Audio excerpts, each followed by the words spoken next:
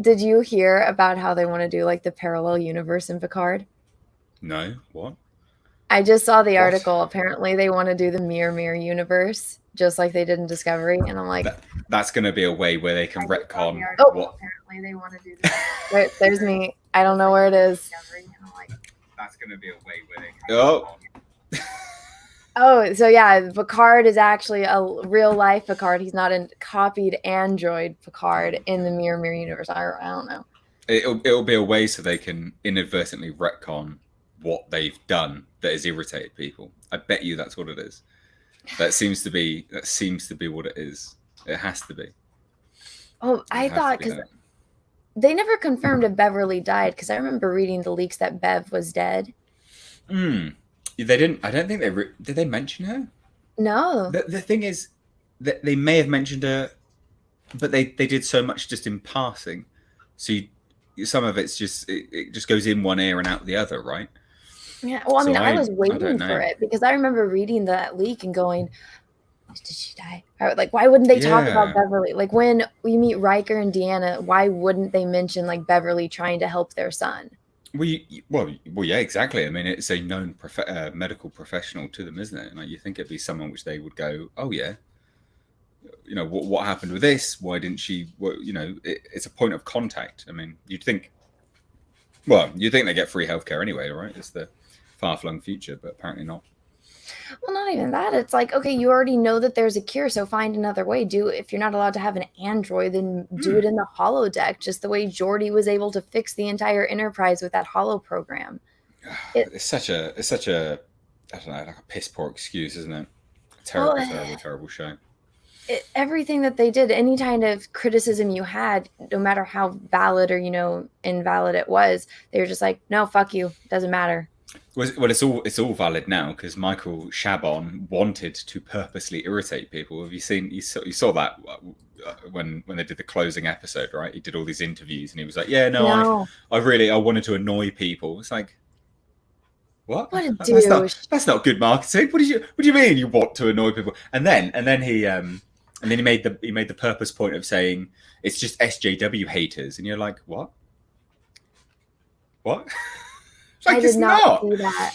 It's constructive critique. Like a lot of it wasn't anything about stuff like that. It was more just like, this isn't, you know, it doesn't follow. It's not Star Trek. Yeah. Well, yeah. I mean, yeah, that's the easiest way to call it, isn't it? Like, it's just not what it was. It doesn't even follow from like a continuity perspective. It doesn't even. I've just noticed. Is that Hannibal Lecter? Is there a picture of Hannibal Lecter behind you? It is, isn't it? Oh yeah. So those are my paintings. So Silence of the Lambs is my favorite movie, and so I do a Halloween convention every year, and so I like display my art at it. And so I am the biggest scaredy cat in the world, but villains are my favorite. And so, like, I mean, I've only watched Halloween once. I'll try to see if I can get. Did you watch the new one? No, I'm a scaredy. Oh, that's wrong camera. So it's like you can see I even have it right there. Cool. Yeah, and so really cool. I like painting them. Watching the movies is not something I'm too keen about because I'm a baby when it comes to them. No, it's nice work, though. It looks good. Thank you. This is actually the most recent one. I'm almost done with it, but I did Qui-Gon. I think did you post something about that? I think was it on Instagram or was it on Twitter or? I post a lot more on Instagram about it, but I did post a little bit about it on Twitter. So, and yes, everyone, I am aware I'm live. I was kind of talking to give everyone some time to get in here before we get onto the main topic. But hello, everyone. It's Anna, also known as that Star Wars girl. And I am joined by very special guests. Oh, hey, right direction. Mystery. Welcome to my channel. Yeah, I am. Yeah. Well, hello. Thank you. Thank you for having me. This is nice. Yeah. So Mr. H and I met talking about Star Trek over on Midnight's Edge channel, and just how is a good reflection, isn't it? But news just recently came out. I saw Robert Meyer Burnett posted about it on Twitter about how they're going to do the Mirror universe, which is something that they did in Discovery. And I have construction behind me, so I'm going to mute myself real fast if you want to give your 2 cents on Picard. Well, I'm just going to... hello, everyone. My 2 cents on Picard, terrible. Wow, yeah, not very good. Not a not worth the time and money or whatever the expense was. I don't know what the expense was rumored now, to be fair, It's but like what it's a hundred. somewhat obscene amount of money, isn't it? It's like $1 million an episode at the very least, or something stupid like that. And it's not even good. I'm like, look at the original series and look at what they were able to do with like that budget, even though you have to make, Well, this is the thing. You had actual people like sliding doors open and things like that, and trying to get the timing right. And we get this piss poor excuse of a series. There's no heart. I think that's it. There's no heart, right? There's no heart in this series. It lacks that earnest heart. Such a shame. You can tell that like some of the people that worked on it are very talented, and they just wasted them. Squandered. But I found that with a lot of series now is squandered, like missed opportunities and squandered opportunities. So I watched Tales from the Loop recently on Amazon, and like it's not inherently terrible. There's a good series in there somewhere, but it's just kind of it just doesn't get anywhere.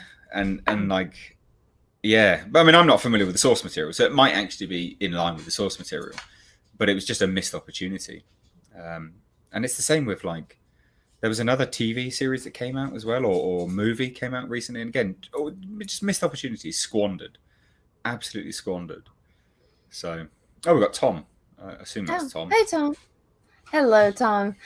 Yeah, I mean, there's just, when you're sitting back and you're watching this and you can think of like 10 different things instantly of how you could have done it better, that's when I'm just like, what were you attempting to make the shittiest thing you possibly could? Because that's what it seems like. Well, yeah, I mean, but that's the thing, right? Because Chabon did actually come out and say to the effect of, again, like it's paraphrasing, but it was like, no, I wanted to annoy people. I did this. We made decisions because we knew it would annoy people, and it would only annoy the anti-SJW fringe of the fandom. And you're like, that's so fucked up. But what? No, it's just one of those stupid, silly blanket statements which just go, anyone that disagrees with me is this. It cannot possibly be constructive. It therefore must just be anti-SJW. And like, but most of the comments weren't anything about that. It was more just like, this is dumb. Like, it's dumb, and like it doesn't get anywhere. It doesn't really do anything. It's dumb. It is, yeah. Now I remember one of the things that like it bothers me within their own consistency. I'm like, okay, Romulus got destroyed for whatever reason. The Romulans in JJ's movie decided to do nothing for 25 years except for wait for Spock. They didn't go warm Romulus, so that way everyone would survive, and they could have planned it 25 years in advance. Honestly, well, unreal. But then the one episode we have the Romulan warrior nuns, and you have the guy that's like, oh yeah, I was a senator. I'm like, you are probably extremely valuable to your people. Yeah. Why are you just drinking your life away, doing nothing? But the Tal Shiar still exists, and they're running a Borg cube like a puppy. It's just lurking. It's just creeping. No, it's just it's terrible. But then also, their civilization's clearly not collapsed because they have like 200 warbirds. Where'd you get them from, mate? Like, what are you doing? Are they just popping up? They're just hidden somewhere? Did you replicate them into existence at that one moment? Like, what? You have a fleet. Your society is clearly doing pretty damn well. Yeah, and it's like most societies with an active army are clearly doing all right. 200 bloody warbirds. Jesus, you're doing good. That's a good society. And we don't even know if that's their entire fleet. Maybe they just sent like a percentage of it. Well, that was the only part of the fleet which was, forget the stupid. What was the secret society's name? Zhat Vash. Zhat Vash and the Tal Shiar. So that was them. So there must have been more fleet because that was under the control of which other one it is? The super secret society. So they're clearly more fleet run by the other people. So you're like, God damn, like you're doing all right. You're clearly doing pretty good. It's like you're in charge of a Borg cube, which I would think is one of the most valuable things to get a hold of when the Borg is like your most threatening enemy in the galaxy. And the Romulans, who do not have a homeworld anymore, they don't even have an empire, are the ones in charge of it. But as well, like I think I don't know what the other dumb thing was. Just that, I mean, there's so many dumb things, right? You could do a whole live stream just oh, this dumb thing, and oh, this dumb thing, and this thing was dumb. But the other thing, I never understood the motivation and drive to do another AI that wanted to eradicate biological life when you already have an AI that was really bad, like a cyborg blending in the Borg, and you're like, but that's been the threat in always. Now you've just one upped it. It's like in Marvel movies, for instance, and this is not a slight on Marvel movies, but each villain has to get worse and worse and worse. But they're all pretty much the same. They just get worse and worse and worse. And this is the same thing. They didn't go left. They just went, like upwards. They were just like, oh, we'll just make it even worse. This is like a Borg thing, but we'll just make it even worse. Who cares? You don't even have to see it. It just looks like Doc Ock's tentacles coming out. This is dumb. Have it as the army of the Qs or something. That'd be super cool. I know. Could you imagine if a Q got bored and was like, I'm just gonna fuck with humanity every episode? Exactly. Like what Q used to do. Like, hey, guess what? We're gonna go to Robin Hood. Let me snap my fingers. But no, some Borgo wannabes with emo Romulans that are apparently super sexy. That's what women want. That gets them going. That does, doesn't it? Incest, and terrible. Oh yeah, I mean, oh god, exactly. There's another dumb thing. This For dumb everyone thing. that didn't watch the part, you don't want to. if you want to watch Romulans getting incestual with one another, then there you go. Then there you go. But it's like, I remember I pointed it out because Michael Chabon, after every episode, he does the questions on Instagram, and so I asked him. I was like, why didn't Lore make why wouldn't it make more sense to have Lore be the one that made this colony of androids that are against humanity, that are only for androids? And he's just like, what evil androids, all sarcastically to me, and he put like the little emoji, and I was like, I asked a very valid question. I phrased it as nicely as possible, but all right, dude. Like, we already had that episode too, if he actually watched it, where Lore gets in charge of the Borg, and it was supposed to be a symbolize like cults and that kind of stuff. Because remember when he gets Data and they're on the planet, he's got all the Borg. Like, they've already done this, and it was done better in one episode.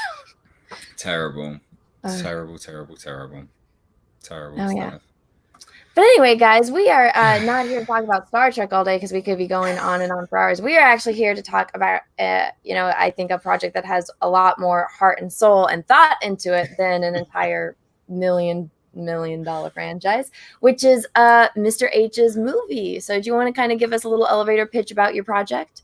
Yeah, so well, first and foremost, congratulations with your project. That's epic. Really, really is cool. And if anyone hasn't supported that, then you really should. Like, it's fantastic. Thank you. Also, I always say this, like, it's always good to put your money where your mouth is. Like, a lot of people are very happy to say things, but rather than actually contribute towards it, that's where people falter, become like a backseat driver. I guess that's the sort of term. Hate them. But yeah, no. So I'm making a movie. It's gonna be the most toxically masculine thing ever. And because that's, I don't know, I think it's a missed opportunity in this day and age. We don't really have masculine things anymore. Basically, I'm making a short film. My intention was to make a feature-length film, but obviously a lot of this is crowdfunding to achieve it, and it's ridiculously expensive. Honestly, I mean, I'll cover it today. Actually, I think people will be really intrigued by how kind of cost breakdowns of these things is just monumental. So I set up a GoFundMe to make this film, and this is Mr. H's GoFundMe. The link is in the description below. I think that if you click through, there's like more pictures. Yeah, well, these are just very, very basic updates. There's actually an awful lot more, but I've been waiting for completely finished concept work, as well as there's so much to go into. This is because I've been prepping to do like a bigger video on my channel, because I've actually had real carbon steel weapons made, like actual solid metal weapons. So it's not props, like I've actually had proper swords made. That's cool. Longbows, axe, a big battle axe, all this kind of stuff. but this has been kind of long gestating, and these things take so long to make. So basically, the idea was to set up a GoFundMe, because obviously, as someone who's doing like a crowdfunding thing, it's, you know, I mean, you've probably found with your Indiegogo is that, you know, if you're approaching it from an angle of having never done it before, or you don't have like a proof of concept to show, then, you know, people kind of question where you're coming from. So I initially wanted to do a feature, but obviously that's just out of the bounds of possibility with respect to the budget, which we will get into. You'll be amazed. Accommodation alone, Jesus Christ, accommodation, my word. Oh yeah. I didn't think it would cost that much. Silly me.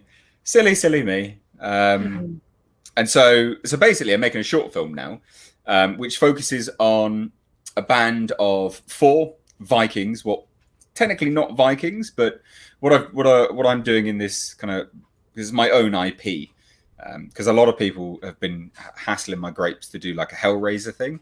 But you can't really do that. Can't do fan films because you have to get approval, and sometimes it's licenses. And then you can't even like use the actual names for things, and so yeah, exactly. It just becomes a headache, really. So I wanted to make my own thing. So I thought, right, what I do, I create that, because I've had this idea for a really long time, and I really I think like horror is played out with tropes, right? Like tropes are a dime a dozen, and it's very difficult to create anything that is actually original. I'm sure everyone will agree with that. Like, you know, there's what's that old South Park episode? Simpsons did it, right? Like, everything's been done before. It's difficult to be original. So I thought, right, I've got this idea. It'll play on a trope, but it'll lean into the trope. So we take this trope of like a specific villain, and you flip it. So you say, well, what inspired this trope? So what was the reasoning behind this trope becoming a reality? So what I've done is kind of still use the trope, but I'm fleshing out the backstory behind it, if that makes any kind of sense. So, so basically it's all Vikings and demonic forces and otherworldly creatures, which I can't reveal because it's only a 15-minute film, and that goes into huge spoilers, really, which is a shame. Yeah. But can you tell us about like your main character? So I can. I'd have to try and pronounce it right. So I even had Andre. No, I know. Well, no, because obviously it was like, well, these are men which inspired Vikings, right? These are what would become Vikings. So I said to Andre, I was like, Andre, my dude from Midnight's Edge. I was like, Andre, how do you say this name? Because I had this name, and it's a name which in Norse means the bearer of light, which I thought was really cool, because the title of the film is called Black Feilds, bearer of light, and it gets woven into the narrative as well. There's like little runes with the symbol of light on the clothes and stuff like this. So it's quite in depth. So I was like, well, how do you say this name? And he was like, he said one thing, and I was like, well, I can't say that. So it's Baldir. So we're just going to run with Baldir, because I can't repeat what he said. It's not possible. Yeah. So our lead is called Baldir. Okay. And he's basically a Conan-esque type character. So we're not trying, like I have, because I have it all cast. So I'm doing this Conan-esque character, but on kind of proverbial steroids, I guess, not actual steroids. I don't know, it might be, but like magic, proverbial mystical steroids. Rune steroids. Well, you never know, right? You never know. Magic steroids. And basically, he's the leader of this, what would be Viking raiders. They go out and do all these kind of raids and things like that. And one day they are heading home, and this is where we pick up, right? So this is where we are introduced to these characters. They are traversing the country. Got some great locations picked out as well. Really, really, really cool. If anyone's in the UK, and if anyone wants to Google it as well, the New Forest, epic, really, really good locations. Because the place itself lends itself to a wide variety of terrains. So we're going to be shooting in one location, but it will look like many, many different places. Because it's just like you just have to cross a road, and you're like, well, I'm in a big valley now, and you head down the road a little bit, and you're like, well, I'm in a cliff face. It's so cool.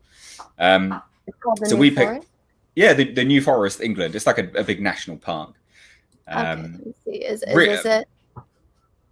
Yes. So this is all one place. Look at the different terrains in all one place. Yeah, like. So big, obviously, big forest woodlands down here. You got the purpley sort of things. And a bit of trivia for anyone that knows, there's actually wild horses that live on the New Forest as well. So these horses that you see are actually wild. Yeah, so they're all wild. These are all short horses. Look at how short the legs are. Look at they're the ponies.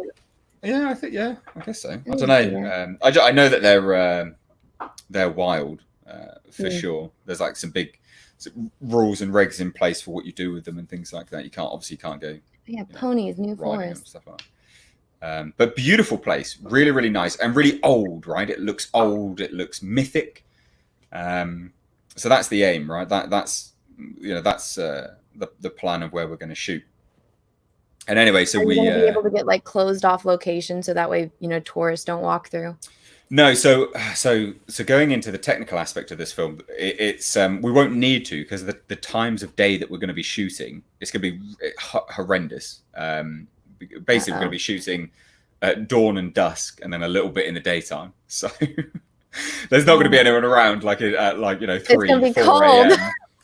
Well, this is the thing. Like coronavirus, Corona Chan, if we can say it, whatever. Oh, you said it.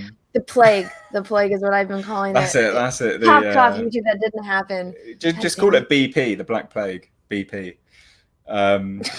That's throwing a spanner in the works. Sadly, kind of stuck in pre-production with it all, because we're going to do it in July. Had the shooting dates all done. It was like, right, this is it. 19th of July to the 29th. 10 days. Bang. Epic. We'll have time at the start to do the whole thing, shoot the whole film, and give 2 days for pickups right at the end. So obviously review all the footage daily, and then if we need to do any pickups, then we could do it on the last 2 days of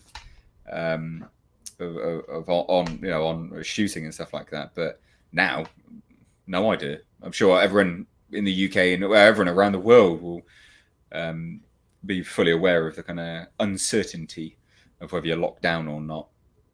But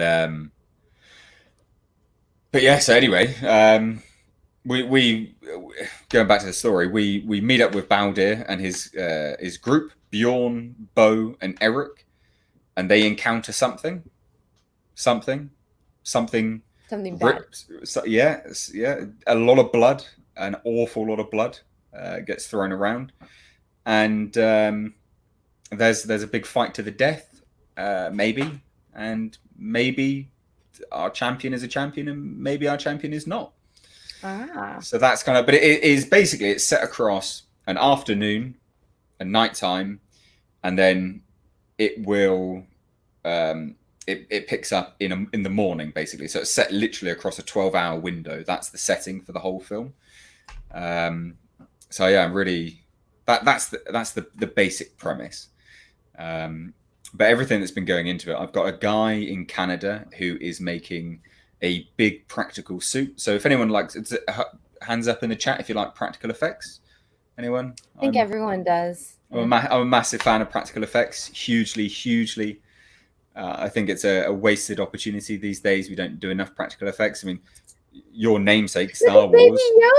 Baby Yoda's a real puzzle. Exactly, right? Exactly. So this is the thing.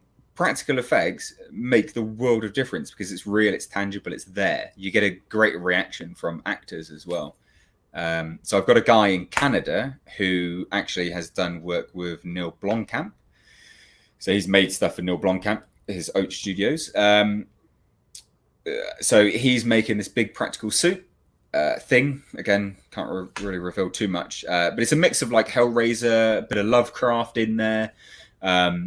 Almost Morrowind. So I am like, I guess. I've never seen Hellraiser. Blasphemy. It looks scary. Oh my god.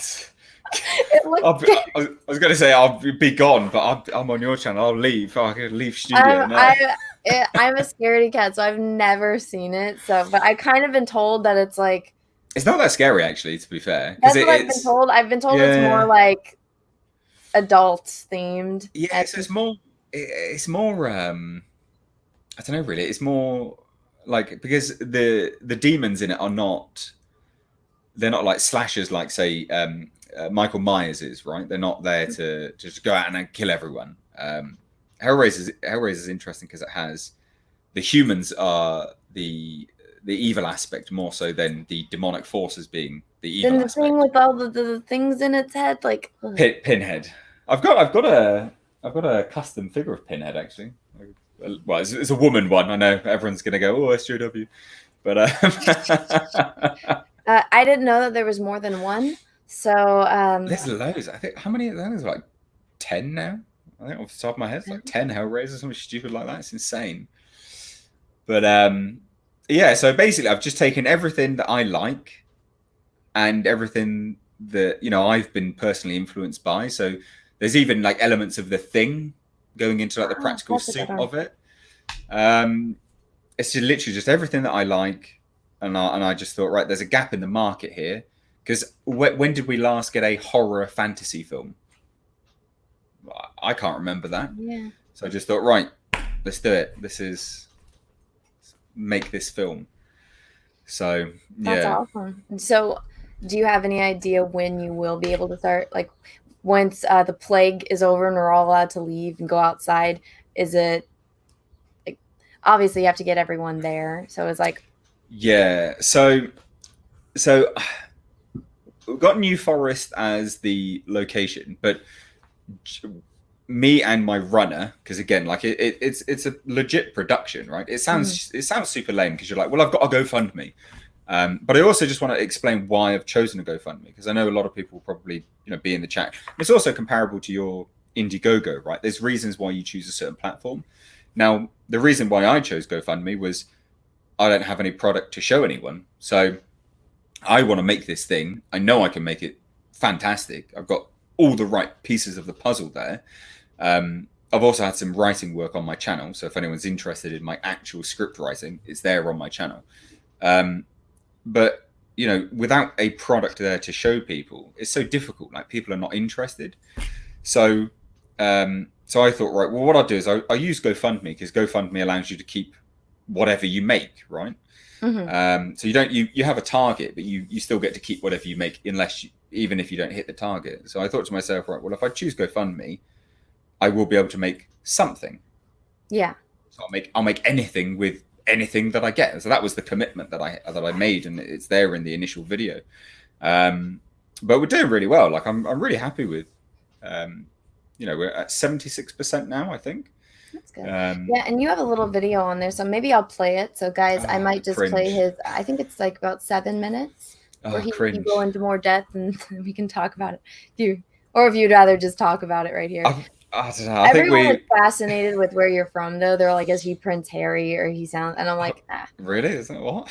Yeah, I saw that, and that it made me chuckle a bit. I don't think I've ever heard Prince Harry speak, but I get mistaken for Australian most of the time. To be honest, that seems to be the number one. But you don't have the same slang as them. No. I used to live in the States, so my accent's a little bit messed up to a few people, to be fair. I don't know. You guys all kind of sound similar to me. Yeah, it's fine. Yeah, British people kind of populated the earth, I guess, to a certain degree, with the bloody empire and all that kind of nonsense. I think I've gotten better, like, because I have to meet people and hear them speak for a while so I can pinpoint. I got London down. Like, if you're from London, I can hear that, and I'm like, oh, they're from London. Anywhere else, I don't think I've met very many people from the UK. Like, Irish, so like Liverpool and Manchester, I bet that would confuse you if you did that. Jesus, I bet that would really. I don't know. So like Scousers and stuff, you'd probably be like, what? Honestly, you'll think it's from like another planet, like a completely different country. Scousers sound completely different. Oh gosh, yeah. I remember the first time I met a Scottish person in person, and I could not understand what the hell they were saying, and I'm like. But that's the thing, like, if they have a really thick Scottish accent, yeah, that's like, Jesus. Like, I like to watch Critical Drinker, and I can understand him, and I'm like, okay. But then when I meet some people in real life, and I'm like, we're speaking English, but I don't think we're talking the same language. Speaking English, I'm not understanding what you're saying. Is your cast for this? Are they gonna have? Are they from the UK? Do they have thick accents? So that's interesting, right? Like, what do you do with respect to, what do you do with respect to accents and things? So obviously they're supposed to be what would become Vikings. So essentially, this world isn't our world. So I've pitched it as Vikings, but that's the easiest way to explain it. So it's kind of taking cues from Lord of the Rings. So again, like it's literally everything that I like that has inspired me. So we're in a pseudo Earth, essentially, and it's like the age of middle man, as old beasts and things like that were a reality, but they start to die out and they become this myth and kind of unspoken, sort of boogeyman sort of thing. So these people would be what would become known as Vikings. But with respect to that, like it's like how do you do an accent there? Because do they all? Are you going to give them like a Scandinavian accent? Are you going to give them Did my screen just go? Did it go dark? Yeah, it went black for a little bit. It looked cool because it was like you're all in the dark and you're talking about this, like dark story time. Well, I'll let you in on a secret there because I kept my composure, but my screen completely died. So I was like, I don't know if I'm talking. I might have to restart my computer. Oh, no. My computer's been doing that. It's been, I'll be in the middle of like the video chat with my friend Zab, and it always happens when it's with my friend Zab. And luckily it doesn't do this when I'm on air, but like all my screens, because I actually have 3. I have 2 computer screens, and then I have my Cintiq, and it'll just go black, and I can still hear like the audio, and then it just won't turn, like none of the screens will turn back on, so I have to restart the computer. And it's like super frustrating. Not good. And technology just dies on you. Oh, terrible. So, well, yeah, that's literally just what happened here. I was like, do I keep talking? What's going on? But anyway, so I've kind of settled on like I'm going to get the cast because they're all from different places. They're all British, but they're all from different places, and one of them is from Essex. And if you've ever heard someone from Essex, like anyone who's watched any kind of British TV or anything like that, the only way is Essex. They're all a bit like wide boys, oi, oi, oi, oi, kind of like this. And if I've offended anyone, sorry. They. I know that there's like a TV show that is like your guys. Oh. I don't know if I should say the words, but we do not speak one of my about favorite that. shows is the Graham Norton Show, and so I love watching that on YouTube. But then they always make fun of the show about Essex, so that's the only thing that I know about it's So Essex is a very interesting accent, but so basically cast is from everywhere, but it's trying to get like a unified sort of accent between them all. So there was no point making them do a Scandinavian accent because there's going to be inconsistencies, and the potential of sounding dumb is so high. And that's one of the key things, right? Like believability. Like, how do you get these things? How do you get it all so it's consistent and it all sounds right? So I thought, right, well, what I'll do is I'll just get people to sound as sort of neutral English as possible. So not posh, but no sort of dialect or specific accent, just like a neutral English sound.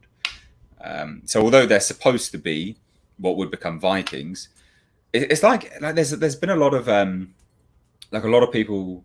So if you like watch like I don't know, like war reenactments and things like that, like World War II movies, some of them nowadays are just, well, we'll just make the Germans speak English but in their German accents. Do you know what I mean? So they kind of unify the language throughout the film rather than put subtitles and dubbing or anything like that. So I tried to take a leaf out of that book, really. So I thought, right, just neutral. You're not going to do like Inglourious Bastards where we're reading subtitles. Nah. Because again, but that's the thing, right? Like, there's not, because it's a short film, so there's enough dialogue in there to flesh out the world. But with short films are so hard to write. Like, they're just because they have to be on point. You have to hit the ground running. You have to hook people in. And if you don't hook people in, they're not bothered because it's only 15 minutes. So if you don't hit the ground running, no one cares. Yeah. So dialogue, actually, you can't have needless exposition, but we've got the bulk of the dialogue in the second act. There's like a big slow down pace in the second act. And I know, like, you say second act because you're like, oh, we know it's a 15-minute film. What are you talking about? But you still have to separate it into a first, second, and third act. You have to tell the whole story. It's just in a shorter time. Exactly. Yeah, exactly. So the second act is kind of the slow down part where we've got a little bit of dialogue. And then the closing Yeah, because Well, it's like there's I'm dialogue. assuming something happens in the beginning, so it's Yeah. fast, and then you have the little middle part where it's like, all right, we're gonna talk about what just happened, and then shit hits the Yeah. fan, and you have the epic thing at the end. That's what I'm kind of assuming the flow is. Yeah, yes. Well, there's kind of epic things which are peppered throughout it, Okay. actually. So like one of the inspirations, not inspirations, but one of the things I wanted to do with this was right. If I'm writing this, and this is what I did with so I wrote this thing on my channel called Hellraiser Below and Beyond. Mhm. And I didn't tell anyone it was mine, but it was my script. It's like a 6-part epic, big, long series thing. But when you're writing stuff, like your natural instinct is also 9 times out of 10 the natural instinct of the audience. So when you want to go left, you should go right because the audience thinks you're going to go left. So Mhm. I would write it, and then I would go to bed. I'd wait a few days, and I'd come back and I'd read it, and I'd go, "Yeah, no, can completely change that now." So my initial thought was never the right one, basically. Mhm.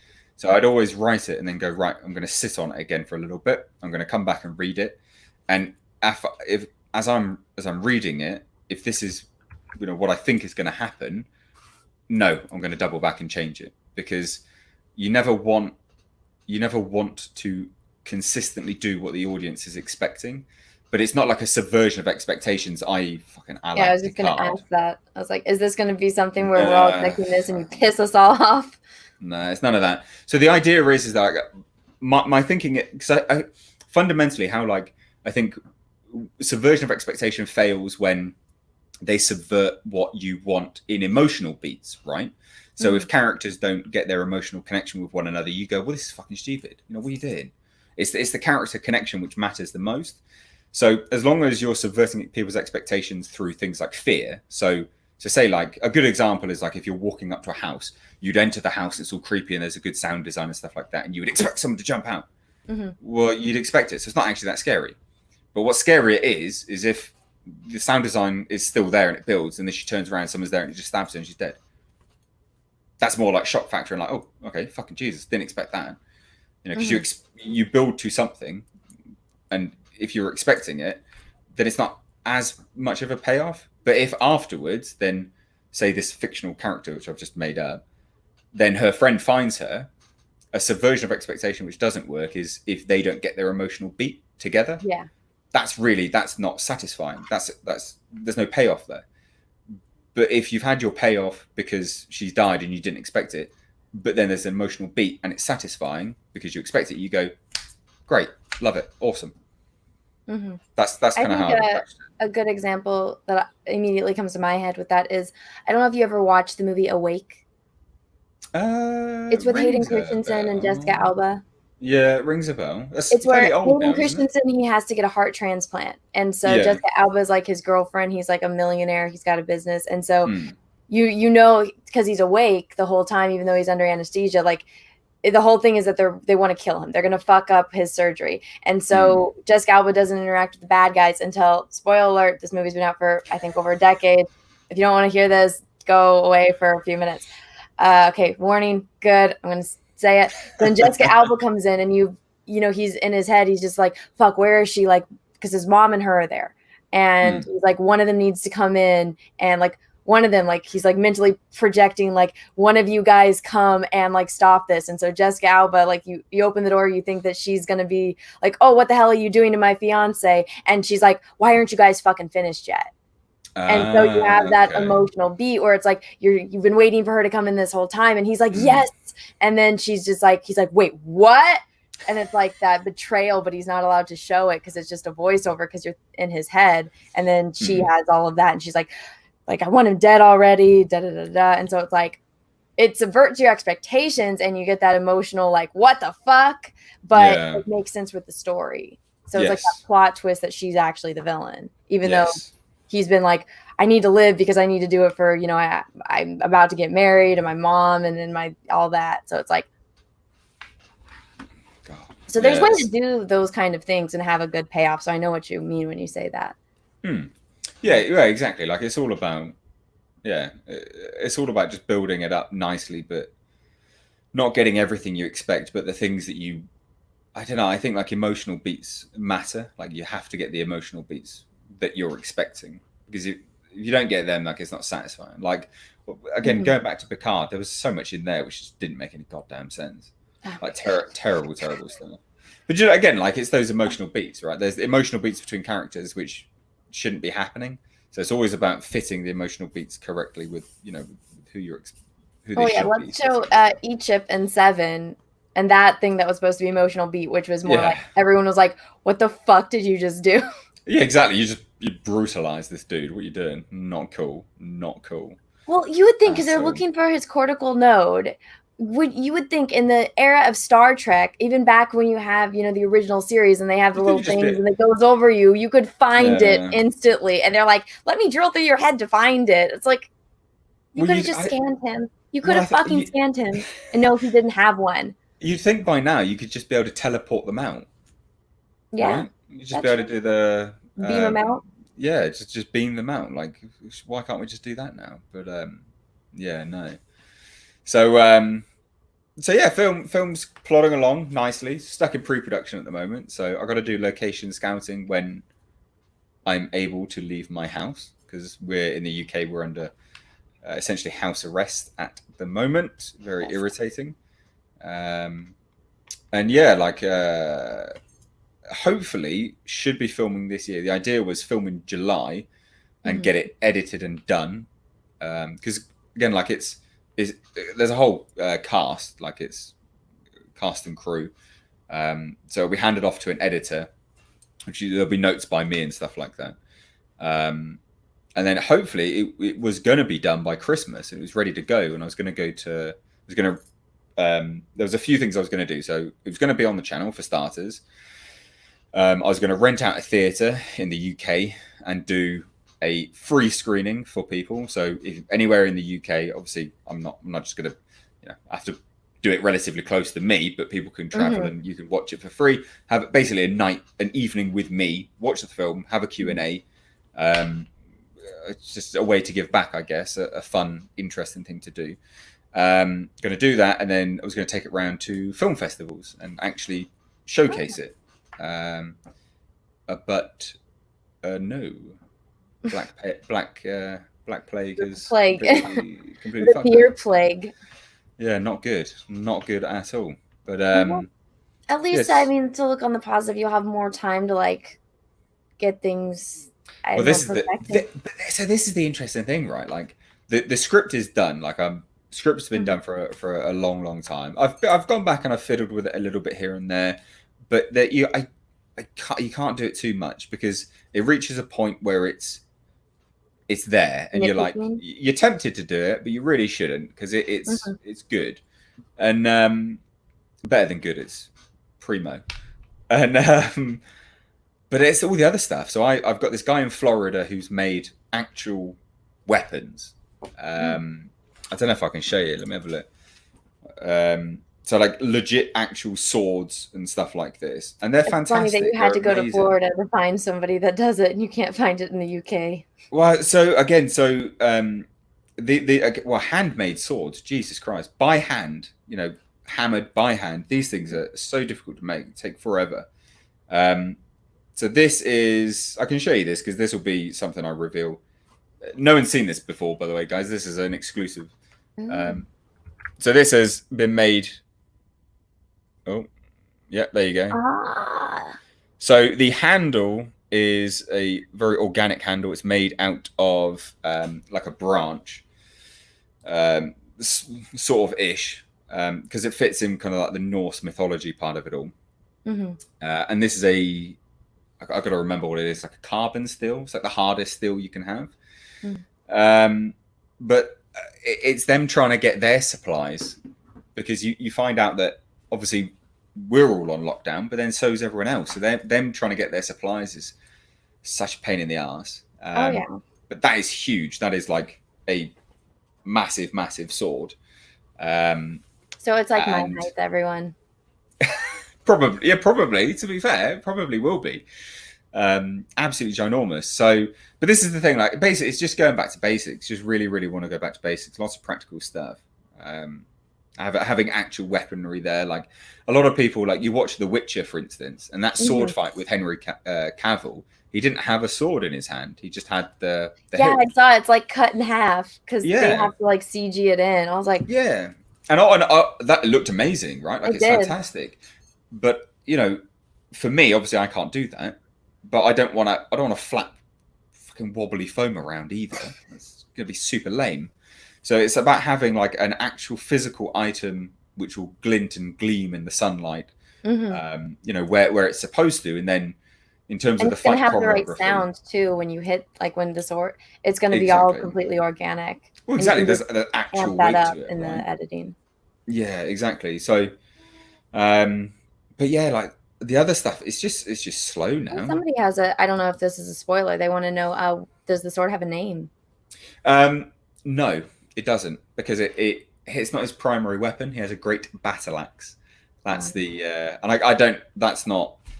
That's one of the items which has been slowed down by the process. So they've made the blade part of it of the Mhm. battle axe, so the axe head.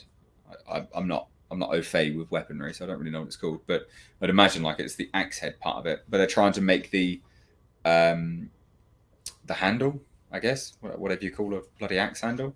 But similar kind of thing. So again, all organic kind of pommel. Is that the term?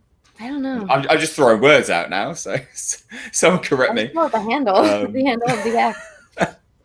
but the but that's something which has been taking a long time. To be fair, Are you making a battle axe? yeah. So the battle axe is like a real battle axe is being made for the film. Yeah, How big is it? it'll be well on par with the sword. To be I don't know how fair, big a battle axe is. well, it'll be about as big as you. It'll be huge. It'll be a very very Oh, big weapon. Like it's a double I end hope your double. lead is really freaking strong. That stuff's heavy. So he's a fairly big dude, but he's not the biggest. So part of what I wanted to do is again kind of a subversion of expectations. It's like you always see nowadays. You're like the biggest dude is like I Well, didn't we want the got that in biggest Game dude. of Thrones. I love that they acknowledge that Jon Snow is a smaller guy. But I think there's something endearing about that, right? Like you can't just have an out and out massive person. You've got to have someone who's a little bit more attainable for people to kind of engage with. So Mhm. he's a big dude, and like they're all legit actors as well. Big dude, but he's not the biggest. But every person's size and structure fits their character, and Oh, also fits their name. So I've got a character called Bjorn. You hear that name, and you go, "Well, he's I think of clearly Vikings. yeah." So yeah, well, yeah, Bjorn is That's a Norse Ragnar name, Lothbrok's son. but you also think tank, right? It's kind of a name where, like, well, I did anyway. I thought Bjorn. I was like, he's clearly a big dude. So he's massive. He's absolutely humongous, like nearly 7 foot and just fucking huge. Built like a shithouse. Massive, massive, massive. Oh, you've got a new member, look. Oh, thank you, Comquats 420. Thank you for becoming a new member. Yes, and everyone, I'm gonna get to the super chats at the very end of this because well, it's kind of like a Q&A, I guess. At the end, I'll answer all of your questions at the end of this, so we can just talk about focusing on that. I just remember the first time when I was a kid and my dad had he had some swords. And I remember Mm. one of them was under the bed, and I wanted to play with it because I was a little devious child, and I tried to, and it was too heavy because I'm like, this is the only one I can get to and reach. And in my head, I'm like, hee, I can reach it, I can get to it, I know Just where it can't even is. lift it up. Well, because like my dad was at work and my mom, I guess, was doing something with probably the baby, and so Mm. I was like, I'm gonna get it, I'm gonna get the sword, I'm gonna play with the sword, and I went to pull it, and I was like, I can't even lift it off the ground because it's so heavy. Oh, And I was a little kid, but now even when I go to like Ren fairs and you try to pick that up, I'm like, can't. So I can't even imagine a huge battle axe that's made out of actual metal and not foam. Yeah, well, neither can I, to be honest. I'm going to be very yeah. I can't wait to get all this stuff. But it's been a labor of love. Like it's going to kind of I think. Do you want to know about the budget and stuff like that? Kind of talk about Oh, sure. You guys can all of explain, that or sort of you can thing. explain, and we can kind of talk. I'll bring the GoFundMe back up. So yeah, if you guys like or liking what you are hearing, and you guys want to support Mr. H, he does have a GoFundMe. I've been dropping the link in there. Uh, this is pounds, correct? Is what that symbol is? Yeah, but you can do it from wherever you are. I mean, I've never done this before, but I know that. I mean, I've had people from all over the world donating. I think it just converts it. So Yeah. you kind of type in what you think. It's best. Don't ever. I've just been telling people just donate the price of a coffee, because if you get like a few hundred people that do the price of a coffee, then you've done really well there. And a coffee is not something which a lot of people don't really miss. The price coffee's something people buy coffee all the time. Hmm. Um, It but yeah, adds up after a while on the amount of coffee. oh, it does. God, yeah, it really does. Well, I But don't like coffee, but I get like refreshers from Starbucks, and every time I get one, it's like what's a almost refresher? $5. And so What's I'm a like, that adds refresher? up after a while. Is that like a? I don't think we have them. It just What's a has a refresher? shit ton of caffeine. I don't like coffee or tea, so it's like this. It's basically the most sugary drink that they have. Is that And like an iced coffee, something like that? no, there's no coffee in it. Just coffee in general gives me a headache, like the smell. I don't like Hmm. coffee. It's a Okay. drink that has caffeine. Okay. All right. Makes sense. We don't. I don't have a Starbucks near me. I don't think. I'll have to check that out. See what a. Oh my God, there's no Starbucks next to you? No. Well, see, I live in the countryside. If anyone, yeah, if anyone knows, I live out in the country. I used to live in London, but moved out to the country a little bit. So yeah, no Starbucks near me. We have like the English equivalent of things like that anyway, which are always lovely, I'm sure. But yeah, so budget wise, so I think 10 grand is about $12,000. I think it's I about think that so. conversion wise. And so basically, for these kind of films, for a very, very, very, very tight budget, uh, not doing what I'm doing, you budget about $1,000 a minute.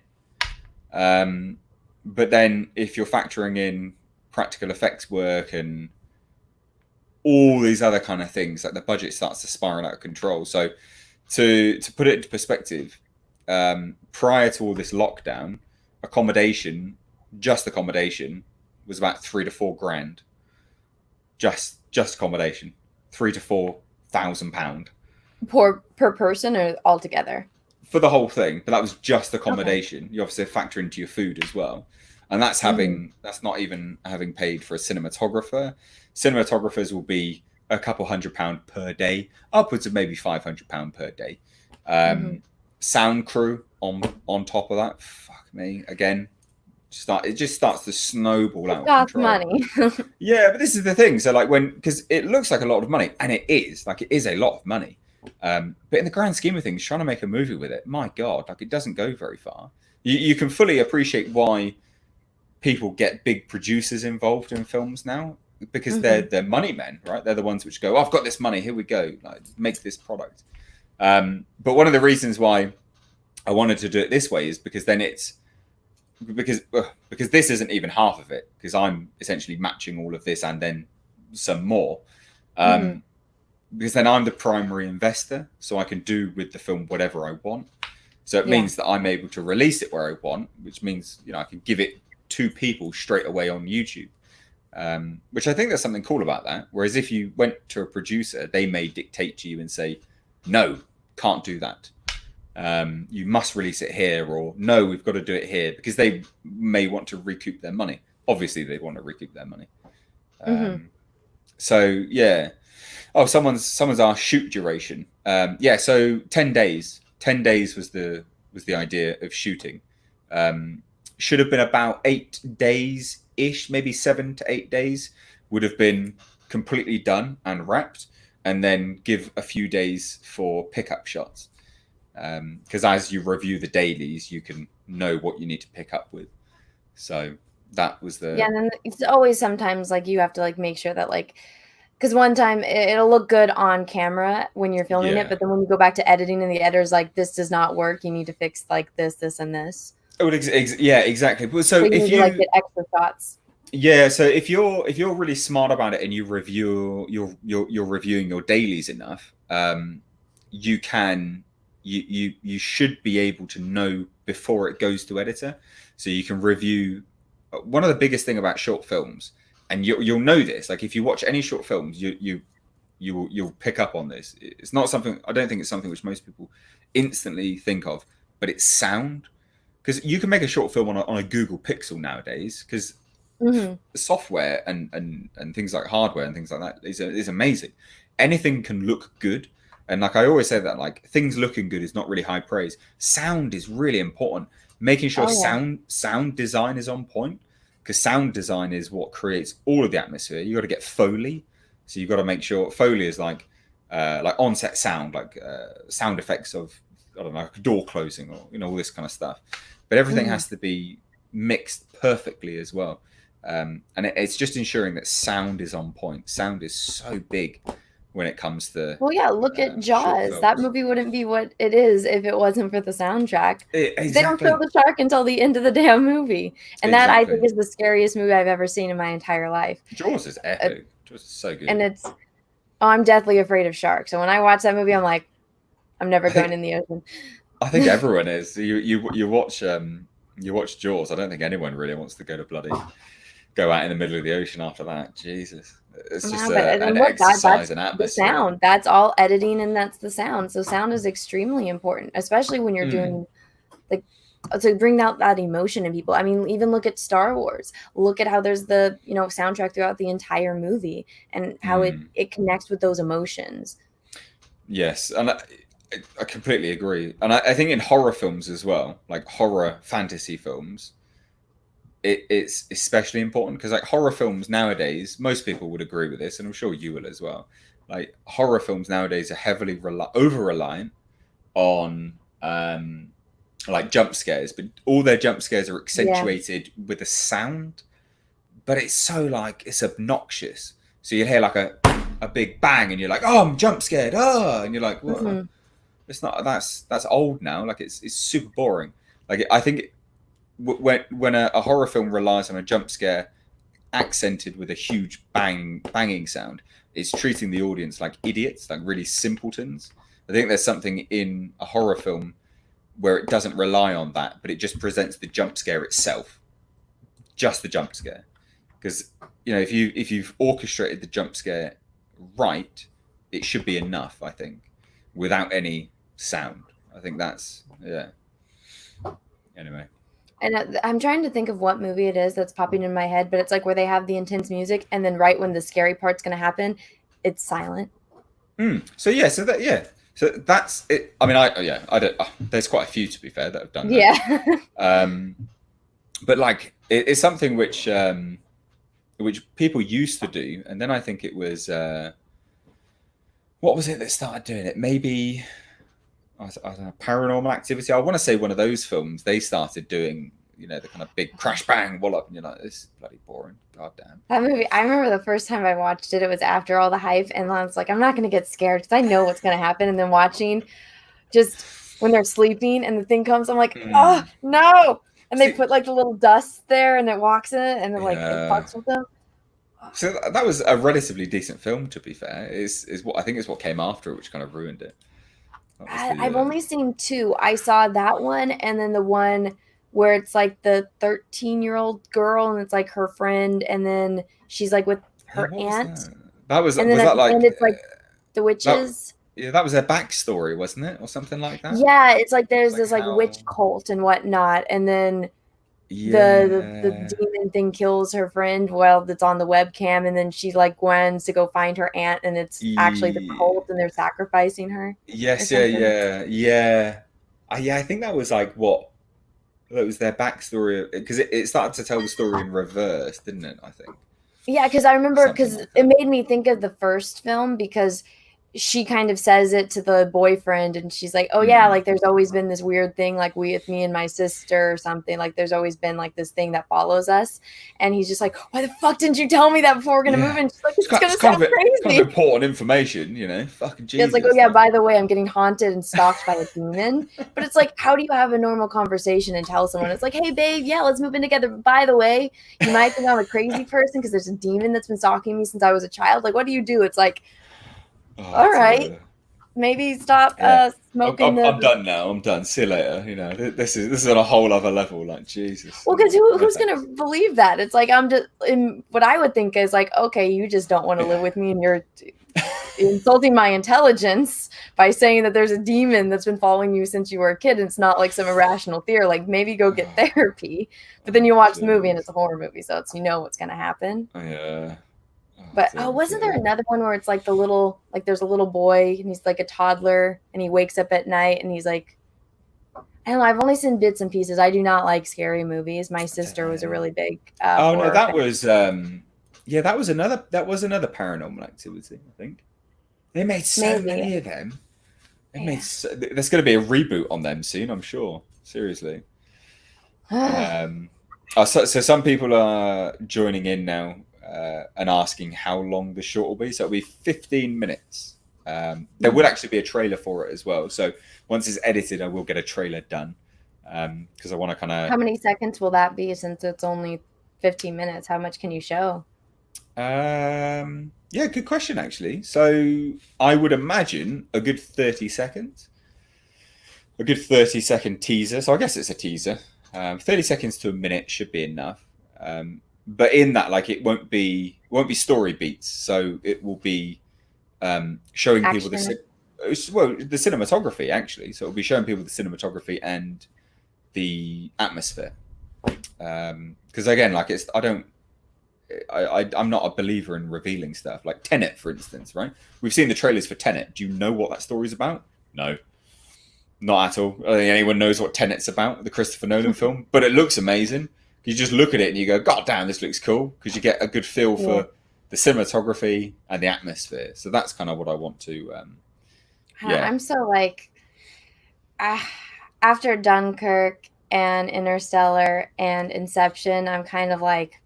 You Nolan out. You're no more Nolan. It's just like it when you're watching it, it's like, yeah, this is great as I'm watching it, and then kind of when you think about it more, it's like, well, I didn't like that, or I didn't like that, or what about this and this and this. There's always some weird twist in a Nolan film, isn't there? There's always a weird twist. There's always got to be a weird twist. There is, but at some point, maybe it's just me. I tune out of the movie because it is long, and I can watch a very long movie. Like when I watch Lord of the Rings, I like to watch the extended cut, so I can sit there and focus for 4 hours. But there's a point where I'm like, all right, you could have done this in like 45 minutes less. Inception for me, when they get to the area where it's all snow, I'm like, all right, I'm out. I've watched this movie a few times, and that entire scene, it kind of just blurs together. And then Interstellar, I'm like, there's no way an entire civilization can live off of corn. There's just no way.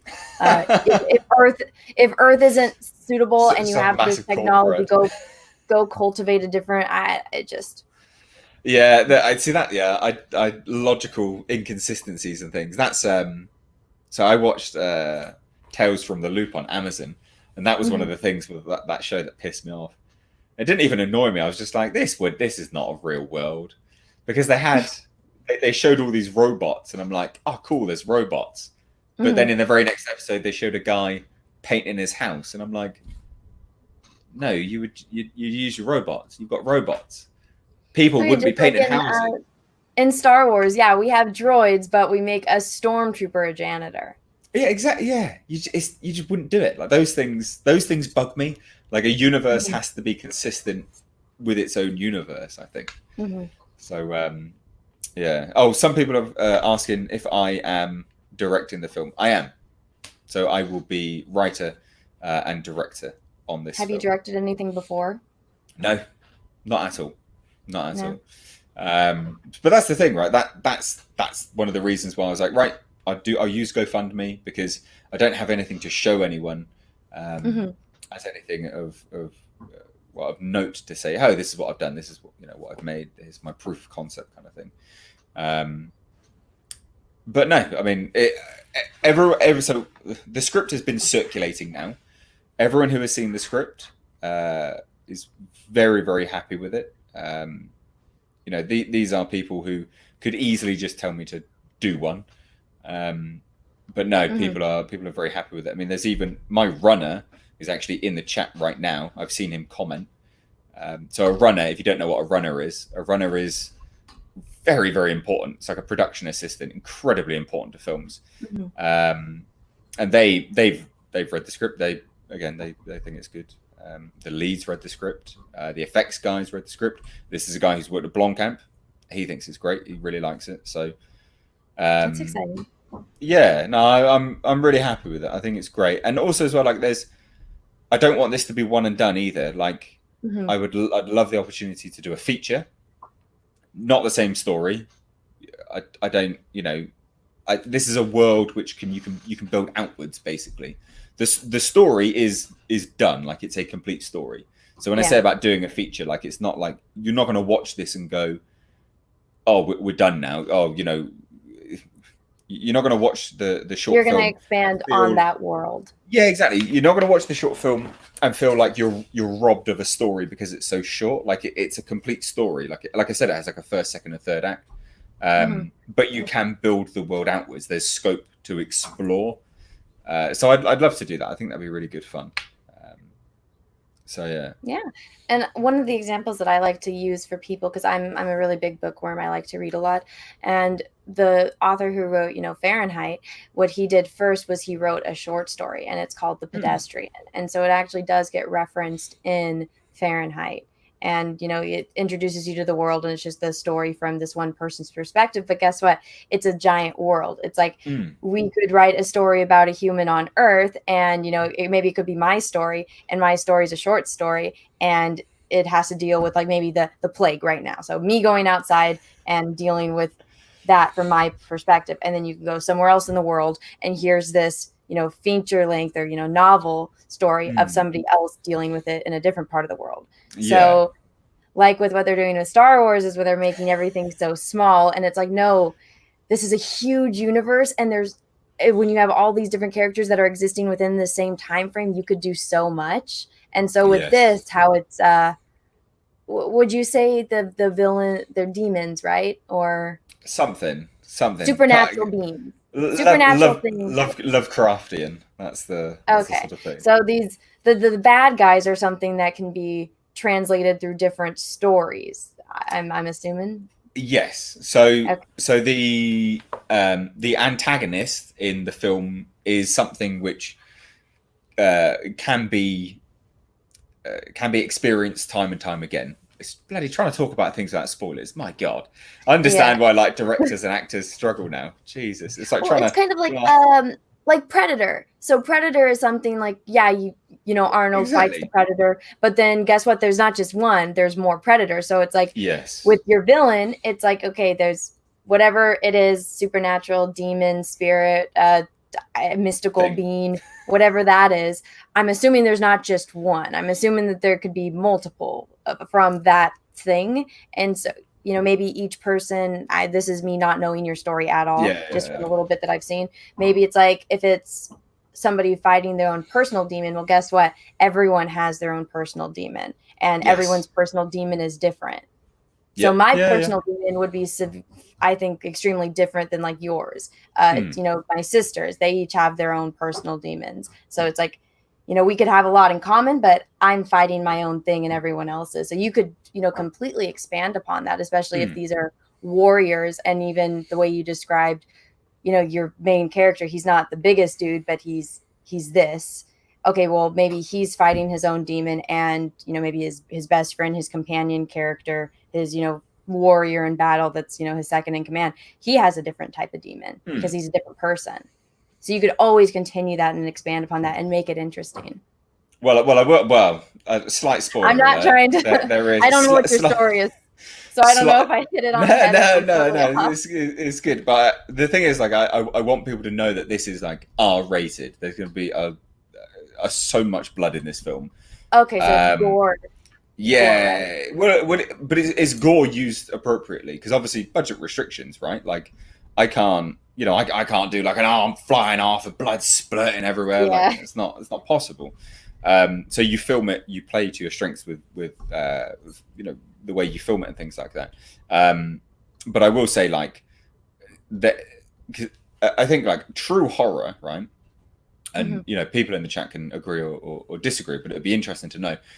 True horror is knowing that you are completely fucked. Like, there's just no way out alive. Like, atmosphere builds because you know that there's a very real, tangible risk of being completely screwed. Like, that's it, you're done. There's never Like when you're you in the ocean and there's a shark. yeah What the fuck are you gonna do? yeah exactly. So it's like when like having plot armor. Uh, there's no plot armor in this film at all. There's no character that mystically survives because reasons. Like it's not that. I don't play into that. I think that's super lame. Because I think if you're crafting a horror film, you can still have champions and people that you root for, but ones which you know are Well, some of the completely best and horror utterly films, the screwed. characters all die. Yeah, precisely. Yeah, Like, look at the precisely. thing. We're left at that moment Yeah, at the sort of end, standoff. Yeah. but it's like we know they're gonna die. They're both gonna die, because they're gonna freeze. Either they're gonna freeze or starve, and one of them is potentially a thing. So it's like at the end of that movie, they're dead. It's a no-win scenario. But is he stuck with an alien or a human? Like, what's going to happen first? Is it going to be man versus man or man versus supernatural? And you also have the man versus the elements. Or even he maybe, especially at the end of the thing. Is he the thing? We don't know, right? I don't know. I only watched this film once for the first time, like a few years ago, because I'm a scaredy cat, so I don't watch a lot of scary movies. That's fair enough. Somebody told me, they're like, "No, you have to watch this. You'll really like this movie." And so I was like, "All right, I'll watch this movie." And I was like, "Oh shit, this is really good." I wish I would have watched this. It's epic. Earlier on. It's a really, but I'm really just good such film. a big scaredy cat that it's very hard for me to watch horror movies. But in this, when you say rated R, so is it just going to be rated R for the gore and like that, or is there other things that make it rated R? Well, I don't know, like how. So we do our not our R rating. Different, I think, to what you guys do. So we have 18. That's our R rating. I think it's just like an 18 plus. We do like an age bracket. Okay. So just to let you, it's a 15-minute film. There's no women in my film, right? I know, oh my God, right? There's no women. I know, there's no strong you women. Sexist, misogynistic man. I know. How dare you? There's no women right? that are going to get cut up and fighting with these Horrendous. swords. There's no strong female warrior hero. No, there is. Right at the end, woman comes out, saves them all. Just chip chops people away with a handbag. That's it. Done. Funnily enough, I was going to have a woman in the film. I was going to, but budget restrictions I had to cut her out the film. But I was going to. So you had the choice to cut a man, and you cut the woman out of the film? No, no. This is the thing. I didn't have a choice of. Well, no, I cut a man out of the film as well, because there was going to be initially 5 Vikings, but there's not. That's downgraded to just 4 because again, budget restrictions. Because it would have added like a few more thousand onto the accommodation budget. Plus, I love this. I love this. The Sharky Jaws were short. Definitely. Oh yeah, strong empowered women. Those evil men killed the female shark. How dare they? Oh my God. Oh dear. How dare you? So it's going to be toxic masculinity. So that's why it's rated R. Yeah, absolutely. Yeah, just oozing with toxic masculinity. But no, so it's rated R for the horror aspects and brutal murders, brutal deaths, and the gore, I guess. There's no, because again, like it's old England, isn't it? It's fantasy, so there's no like language.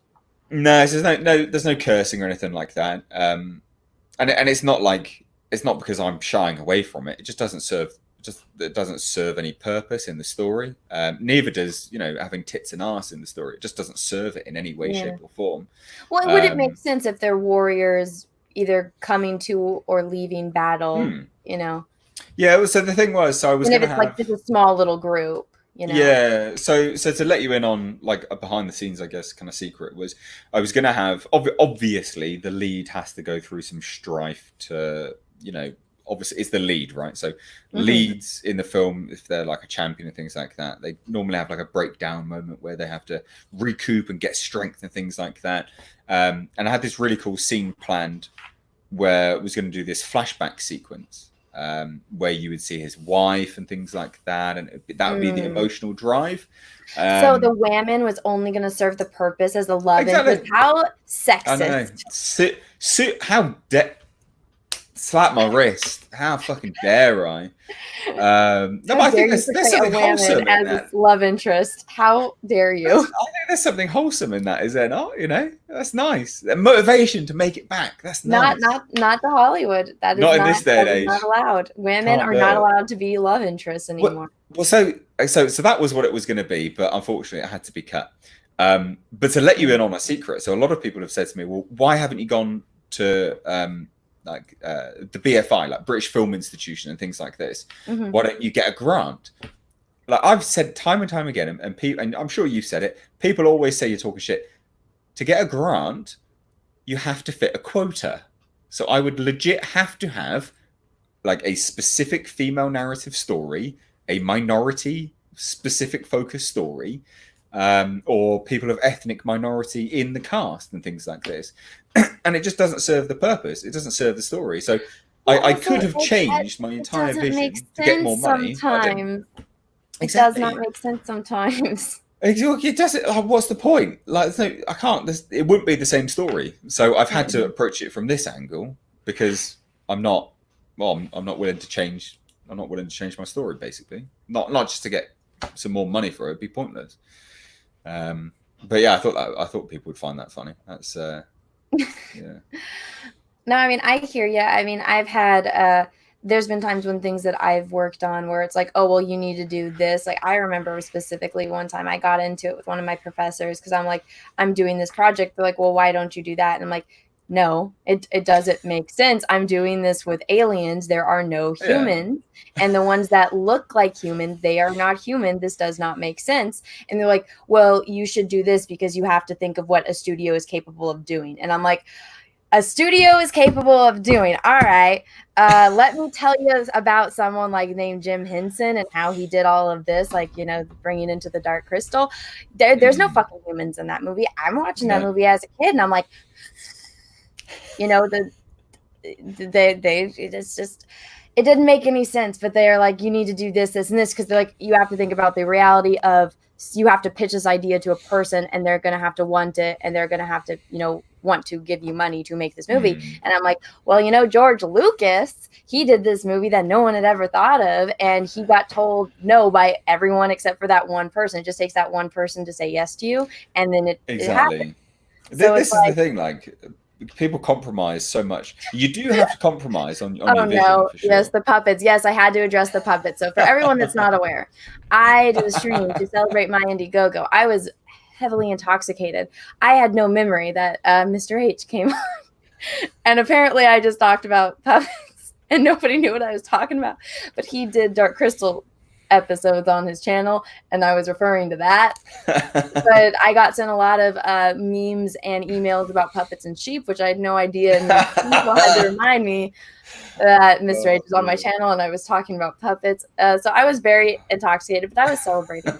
So yeah, all is well. But yes, I'm gonna tie the puppets back in because it has to. Are there puppets in your film? Can you tell us? I mean, practical effects, I guess, sort of puppetry, but not. There will be suits worn for certain things, which may, you know, which look my Lovecraft. So, like, Lovecraft is a big inspiration of mine. If anyone's into their horror, most horror is derived from Lovecraft. Like, he's the father of modern horror. Visuals for everyone. Is there a certain type of Lovecraft? Well, Cthulhu, that's him. Lovecraft made Cthulhu, right? So he's the guy who made that. And Lovecraft is a huge inspiration of mine. So there will be, some kind of Lovecraftian element in there. Are you going to have any CG? No. So the way it's shot, there shouldn't be any need for CG. There's some so here's some stuff which will really interest you, right? So for those of you that don't know, this is kind of what it is. That's one of my videos there. Where? Right in the middle. One? Top 5 Lovecraft gods. Oh, hey, there you go. Hey, that's good. You're one of like the top searches on YouTube. Great for you. Or I guess Google. So yeah, so he Lovecraft is the basically he's the father of horror. He's the guy that makes modern horror. Stephen King was inspired by Lovecraft. Del Toro was inspired by Lovecraft. You know, he's the dude. He's the horror man. That's cool. Yeah, so that's kind of Cthulhu. So a lot of Lovecraft was all kind of tentacle based, I guess. Like it's all um, sort of well, tentacle sort of stuff. A lot deeper than that, obviously, but The creature design. So you like creatures then? yeah. But I think there's something. I think there's something. I don't know. I don't know. I think people just don't go at it properly enough anymore with horror. So when they're creatures and stuff, they go a bit half-assed. Well, I think people don't do the research, and then they have to make amends to what studios want, and so they have to sacrifice creative integrity for what the studio thinks is going to make money. So I think, yeah, absolutely, and I think, and there's trends as well with horror, especially with their villains. So a lot of people, when you see like a horror creature, for instance, 9 times out of 10, it's probably played by someone 6 to 7 foot, and they're very tall and very skinny, aren't they? Right? That's 9 times out of 10 what horror villains are like nowadays. You know, you could like Doug Jones. Yeah, well, exactly, right? You could put they're a dime a dozen, but there's something inherently boring in that. Like that sucks. Like you've just seen it time and time again, and I don't think, you know, I think what's more terrifying is seeing something which physically shouldn't be able to do what it can do, but it does that anyway, and it does it effortlessly. Because again, it's that feeling of going, oh, I'm completely screwed. Jesus, this defies the laws of physics and biology, right? Like it's just this otherworldly thing. So yeah, so there's kind of puppetry and stuff in there, but it leans into like Lovecraft. Cecil volunteering to be your Cthulhu, just in case. Well, so that's oh dear. If you don't want a tall 7 foot skinny guy to be Cthulhu, Cecil volunteers to be the short, chunky version of it. Oh dear. No. So yeah. Well, I can't say it. I can't say too much about the sort of antagonist. Because that's a big spoiler, I'm assuming. Yeah, but that's the thing. It's such a shame. Like it. Can I even? So okay, so I can reveal. So then just don't. We can tiptoe around it. No, so I can. If that's a spoiler, don't. Right. So no, I can. So I spoke about tropes, right? Like I said what like I'm embracing the trope. So what I'm embracing is the trope, and it's been in a few things, but it's not. Okay, remember this. That is not what I'm doing, but I'm taking the trope of what the Black Knight, like it's something we've heard before, medieval Black Knight. You know, this is a modern day trope, but obviously Norsemen are set way before, you know, medieval and kind of the Black Knights and things like this. So what I'm exploring is potentially something which would become passed down through hundreds of years to become known as the myth of the Black Knight. But it's not the Black Knight. It's something completely otherworldly, if that makes any sense at all. Yeah. So is it going to be man versus himself and man versus supernatural, or it's it's definitely fantasy creature. It's a fantasy creature feature. So when I say it's something which inspires the Black Knight, like, you know, it could inspire it loosely just on its silhouette, for instance. You know, it doesn't even have to be a physical manifestation of what a Black Knight actually looks like. So that's how I'm approaching it. Like it's all written, it's done, but you know, that's how I approached the sort of antagonist aspect. It was right. Well, nothing is original nowadays. It's really not, and to be incredibly original is very, very difficult. So I just thought, well, we live in a time where every story has been told already, so it's the matter of how to tell it in a new and interesting way. Exactly. So I thought, well, I you know, the only way, I don't know, the way I thought about it was, right, okay, let's take something which has been done but let's explore the what if what has been done before was merely a myth, like a legend, something which is passed down, and let's explore what has actually been, what was the reality that caused that myth and legend. So that's what we're doing. It'll be cool. Like the thing which I've been saying to everyone, and it has always been the intent, is to create a creature feature thing, without spoilers, that is iconic. And I think I've done it. Like anyone that's seen it, because a few people have seen it. A lot of people have said, "Yeah, no, that's haunting." Yeah, so I'm excited. As my favorite thing that I majored in college was I did creature design for like video games and live action movies. Let me see if I can pull it up. But yeah, I know exactly what you mean. I'm excited to see your creature design for this, the villain of it. And you know, as much as I am a scaredy cat, I find villains to be fascinating because when you have, you know, the hero's journey, you know, you have the setting, you have they're going on the rising action, you know, become a hero, like, you know, Hercules to become a man and, you know, find his place in the, like with the gods, with Zeus. I'm thinking about, you know, the Disney version.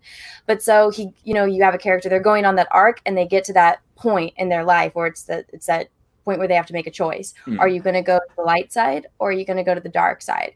We have that. And I think it's fascinating when people choose the dark side, like Anakin becoming Darth Vader. Darth Vader is my favorite Star Wars character. So that entire arc fascinates me because it's, you know, it's I feel like it's an a little bit interesting subversion, isn't it? It's a, you know, there's something it's inherently interesting to see what makes a person get to that breaking point where they say, because everyone I think wakes up, unless you're a psychopath, you wake up knowing this is the right thing to do and this is the wrong thing to do. Yeah. What makes you choose, you know what, fuck the right thing. I'm going to do this. Let me make that decision in of itself and let's do that. I find that fascinating to see what makes a villain a villain. And it's kind of motivation, isn't it? It's the drive behind it. But so when you have something like a creature design and it's, you know, because they're not human, they're always like a mythical type of thing or a supernatural type of being, or, you know, maybe even like an alien, like the xenomorphs. What are their motivation? To kill and to reproduce, and that's what they're best at, you know. And that's terrifying because when you have something like that, like even in Star Trek with the Borg, they can't be reasoned with, they can't be bought, they don't have any motivation for political gain. All they want is these things, and there's no bargaining. You're in a no-win scenario. You either have to kill them or you have to escape them. So that's that inherent feeling of you're just screwed. So that's what I've captured with this, is that's it. You are just completely fucked. Like it's that feeling of no, you're screwed, done. There's no. And so then it's how do you deal with that situation? How do you survive? Like what are you willing to do? Like what morals are you willing to sacrifice to get out of a situation like that? Because maybe a person, they're just against killing. Like I haven't watched all of The Walking Dead, but I remember with I think his name is Morgan. He's got the staff, and he's like, I refuse to kill. It's like, what do you do when you're in a situation where it's like the only thing you can do is the option to kill? You know, what do you do? Are you going to die? Are you going to let your friends die if you refuse to kill? Are you going, or you know, if you do refuse to kill and you survive and everyone else dies? How do you deal with the ramifications of that? How do you deal with the ramifications of that? Yes, the guilt. It's fascinating, the psychological effects of that. So it's going to be interesting to finally see your villain. And everyone, I don't know what his villain is. I don't know. I haven't asked, but I'm trying not to like probe too much because I know I want it to be a surprise. Oh, I was about to send it to you. Never mind. No, well, I mean. I like spoilers, but it's like at the same time I would like to be surprised in this because it's been a long time since I watched. I'm one of those people that, you know, when you're watching a movie and it's like you figure it out what's going to happen within the first you know, few minutes. So I'll be interested to see if you actually surprise me with this. Oh God, I really hope so. That's been the main thing about this. That's the reason I'd love to surprise people, because. Yeah, I want to create something iconic, and I want to create something which is massively satisfying yet surprising at the same time. And that's why I went about it with the respect of, I'm going to write this, and then I'm just going to go away and then read it again the next day and then change it. You know, just keep adjusting it and things like that. Again, it's that kind of, you know, if I wanted to go left, well, I'm going to go right instead. Hmm. because people expect you to go left. Your instinct is normally what the audience is. I think a lot of people's main mistake is thinking that they're smarter than their audience, and they're not. The audience is really smart. It's about knowing that Well, that's your kind of the initial bad thought of thing is if you're the smartest person in the room, you should probably go into a different room hmm, because yeah, that's when, why would I would always want to think like, who's the smartest person I know? Who's the person that always points out every flaw ever? My mother. I want to surprise my mother, like, because yes. I tell her something like, ugh, I did a stream and I called her and I just talking about Star Wars and she's just like, well, go, if you don't like it, go write it yourself. And I'm like, but mom, this, and this. And she's like, well, da da da. And she says one sentence and it's like, okay, mom. But it's one of those things where if you can surprise someone that's smarter than you, and it's safer to assume just everyone is smarter than you. So how do you surprise them? Hmm, Everyone has their yeah. own life experiences. Everyone, sees the world in a different way. So Hmm, if you can do that to an entire theater worth of people, I think that would be the equivalent of success. You yeah. should Well, really, when you I do an hope so. opening, you should see if like it's okay to film your audience's reaction. Oh no, well I will because I'm gonna. Well, yeah, I'm sure people won't care because if they hope so, hope they don't care. If they're getting The people free that are in the entry, they front shouldn't rows, mind. it's like if you want to sit in Yeah, this area, exactly. this is like the splash zone. Your face will be on camera. That's the other thing. So I've set aside space for a videographer. So I am actually Mm. going to have a making of the movie. Ah, Um, that's awesome. yeah, because I just thought, like, I That thought to would be myself, like, great for your channel. what? Well, yeah, I hope so. It's not the motivation wasn't that really. It was like, how can I give back to everyone? Like, if people have supported it, well, the best way to give back would be to make them as close to the production as possible. So I'll literally give them a behind the scenes, like interviews, on location. Basically, it's being made by a videographer, Hmm. and that's going to be a movie in and unto itself. Like it's a making of film, Hmm. which I thought would be really cool. I thought that'd be. Yeah, I don't know. I just thought that'd be a cool little Well, thing to they do. did that. I don't know if you followed too much about like Star Wars and all of that, but Mm, Star Wars Theory did a fan film, and so he mm, had like a girl that was, I'm assuming that's what she did was videographer, and so she did interviews with everyone, and they have a lot of mm. behind the scenes footage, Yeah, and so so that'd be similar kind of thing, I'd imagine. Yeah. yeah, it was he did, he wasn't allowed to crowdfund because he was using licensed, Lucasfilm characters. So he had to do like a different way of going about getting crowdfunding without doing crowdfunding. But so, Yeah. it was, and that was how he was able to use the names of stuff. And so it was a full on production.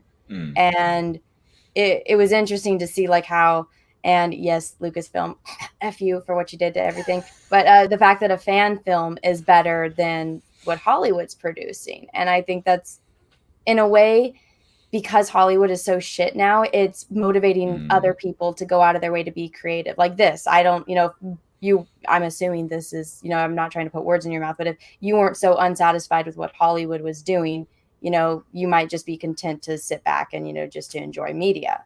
Yeah. Or you So I might mean, just be the exact opposite and you're just a creative person, you need to make something. no. Well, so it's a bit of both. Like, I mean, if anyone's been on, there's definitely people who have been on my channel. I can see them in the chat. But like I've long said about counter programming, right? Like a lot of people, we are seeing a very a very unified approach to films at the moment, where they are all a certain type. They are all, and I don't think there's anything wrong with it. There's too much of it because it's the entirety of cinema, but there's a lot of near universally female-led movies at the moment. There's a lack of embracing of traditionally masculine sort of That's icons, I bad. guess. How dare you? That is sexist. How I know dare you let a what a horrible masculine man man? I am. Just making an observation. How Um, dare you? no, Hashtag like believe women. no, but see, I like female-led movies. I genuinely like female-led movies. Underwater, that was a movie which dropped recently. Kristen Stewart, terrible actress in most things, reasonably good in that. Good movie. But if that's all that you're getting, it's fucking boring. You know, Mhm. there's I was a massive believer in counter programming, and I've said it time and time again. You know, if we were to get King Conan now, it would fucking clear up the box office. It would clear it up because we don't have anything like that anymore. There's nothing like that at all, and that's what this is, right? Like, I've had this idea for a long time. I really want to do it, but you know, like, we also, it's nothing that we have anyway. Like, when did we last get this kind of sort of, you know, masculine icon? Like, you know, I'd like Baldir. The idea was creating something which could be. I believe in it. I know it sounds silly, but you know, I think you have to believe in your own product. Well, yeah, if you're not proud of what you're making, why are you making it? Exactly. You know? So Baldir to me could be on the level of Conan, right? Which I know, like, again, I know it sounds dumb, but that's what I believe in. I genuinely believe in it. Well, it's good to have goals. Like, exactly. Would you want to set the bar for, like, let me set the bar for, you know, Conan, as compared to let me set the bar for, I don't know, what's a shittier version of that, you know? You want to set the bar as high as you possibly can. Why would you want to strive to be mediocre when you could just strive to be the best? Yeah, exactly. So, yeah. So basically, it was just trying to give that, really. I just thought, you know, I wanted to create something, and then, you know, it was spurred on as well by the fact that it's something which we just don't have either, which kind of solidified the fact that, yeah, and I have to do this. So, yeah. And I mean, I think that's how some of the greatest films have been made. Like, you know, with George Lucas, he knew that his entire, you know, future was writing on Star Wars. And he's just like, I don't, you know, I could play it safe. I could make American Graffiti 2. I could do this. But he's like, no, this is a story he had in himself. And he's like, I need to do this. I need to share it with the world. That's his story. And look at how that changed the world. Yes. You know? Well, yeah, exactly. But that's the thing, isn't it? Creatives. So it's the same with you and your painting, I'm sure. You know, like, if you don't, you know, you're inherently creative, so you want to do this. Like, it's a need, so you need to do it. Therefore, you do it. Like, it's creation. So it's the same thing here. Like, I've had this story for a while. I desperately want to do it, and now's just the right time. You know, the stars have aligned, so to speak. You know, why not? You know, Hollywood's gone to shit. I want to make this. Yeah, this is the thing. Like, it's what I said at the start, right? Like, about your Indiegogo. You know, like, a lot of people keep bitching and moaning about comics and how we get Safe Space and Snowflake. Well, fantastic. So did you see my redesigns of Safe Space and Snowflake? So I saw you. Maybe I saw your redesign. Do you want to see Safe Space? Definitely. Here, I'll show you toxic masculinity, because I'm just what I tried to explain to people, because they're like, why didn't you do this? I saw the Star Wars one. I saw the Star Wars one. Oh, the lady one. Let me. You're doing that live with your friend, I think. Yeah, with Sav. Yeah. Where is it? Who do I even know? Sometimes I just save it and I don't keep it on the computer. No, so I was explaining, she's like, why don't you fix this, this, and this? I'm like, no, I'm fixing based on. I think I'm gonna have to go on Twitter. I don't even think I have it on my damn computer. I'm fixing it based on because I'm not changing the color scheme. I did on this last one because I just couldn't stand it because they ripped off David Bowie, and I'm Labyrinth. That's my shit. Yeah. You're talking about the Morbius ripoff thing that they did. I just So I'll show you what I did with Safe Space. So I fixed him. I made him this way on purpose. You don't have to love him, but I did this on purpose. Oh my God. What my eyes. So they wanted representation. They wanted a non-binary lady for the sister, and then I'm assuming they wanted him to be gay. And I'm just like, I'm telling you, a majority of I have less straight friends than I have gay friends.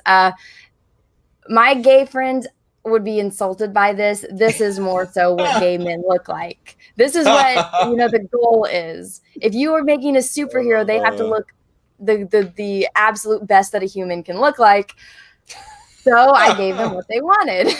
Safeguard. Brilliant. Love it. People were saying I should have done safe word, but yeah, that would have been good. But then you'd have to probably put him in like a GIMP mask or something like that. Well, I did safeguard because he's got shield powers.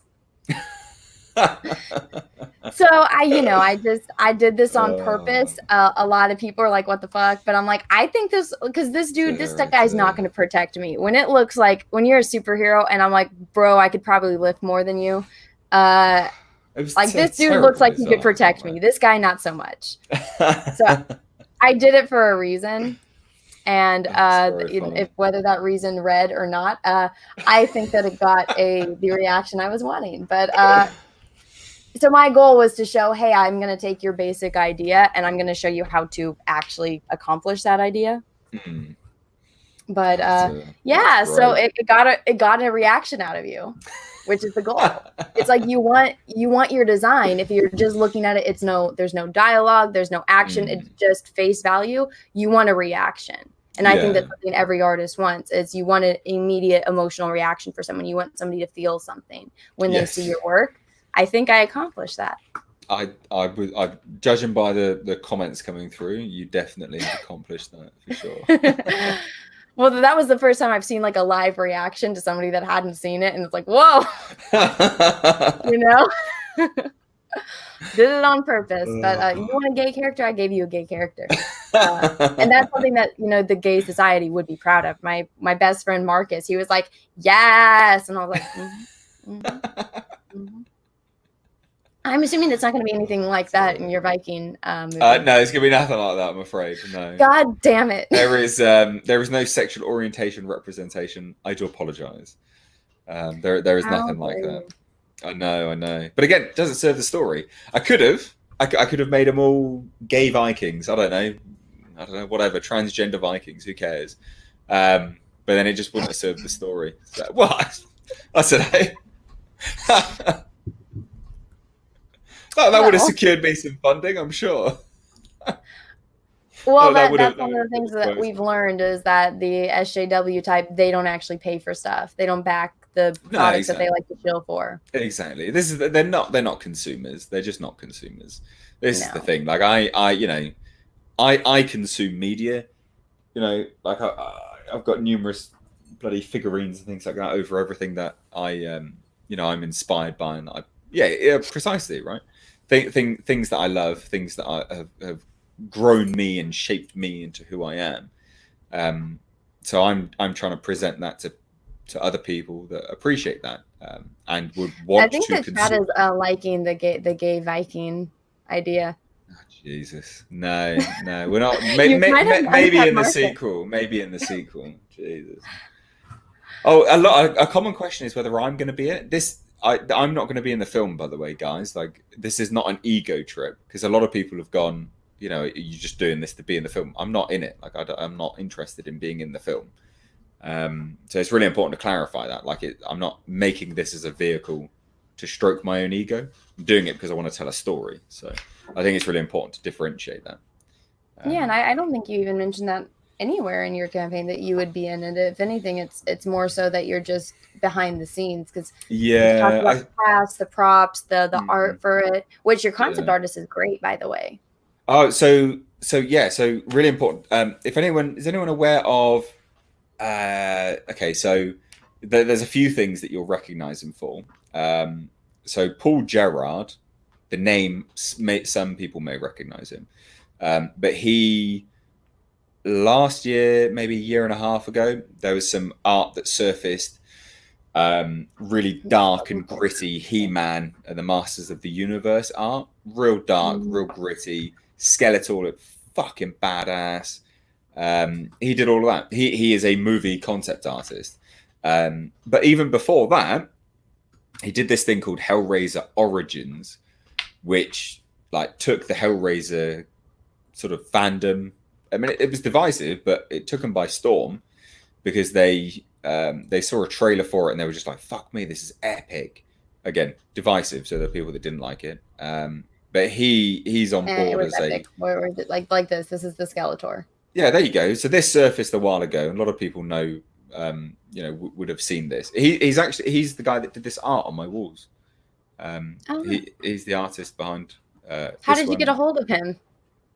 So how did you get him to work on your project? So I know him. Like, he's a friend of mine. But I know him, and I became friends with him through the channel. So I'm known for Hellraiser content by a lot of people, and I started diving into that's cool, isn't it? That's very Sith Lord.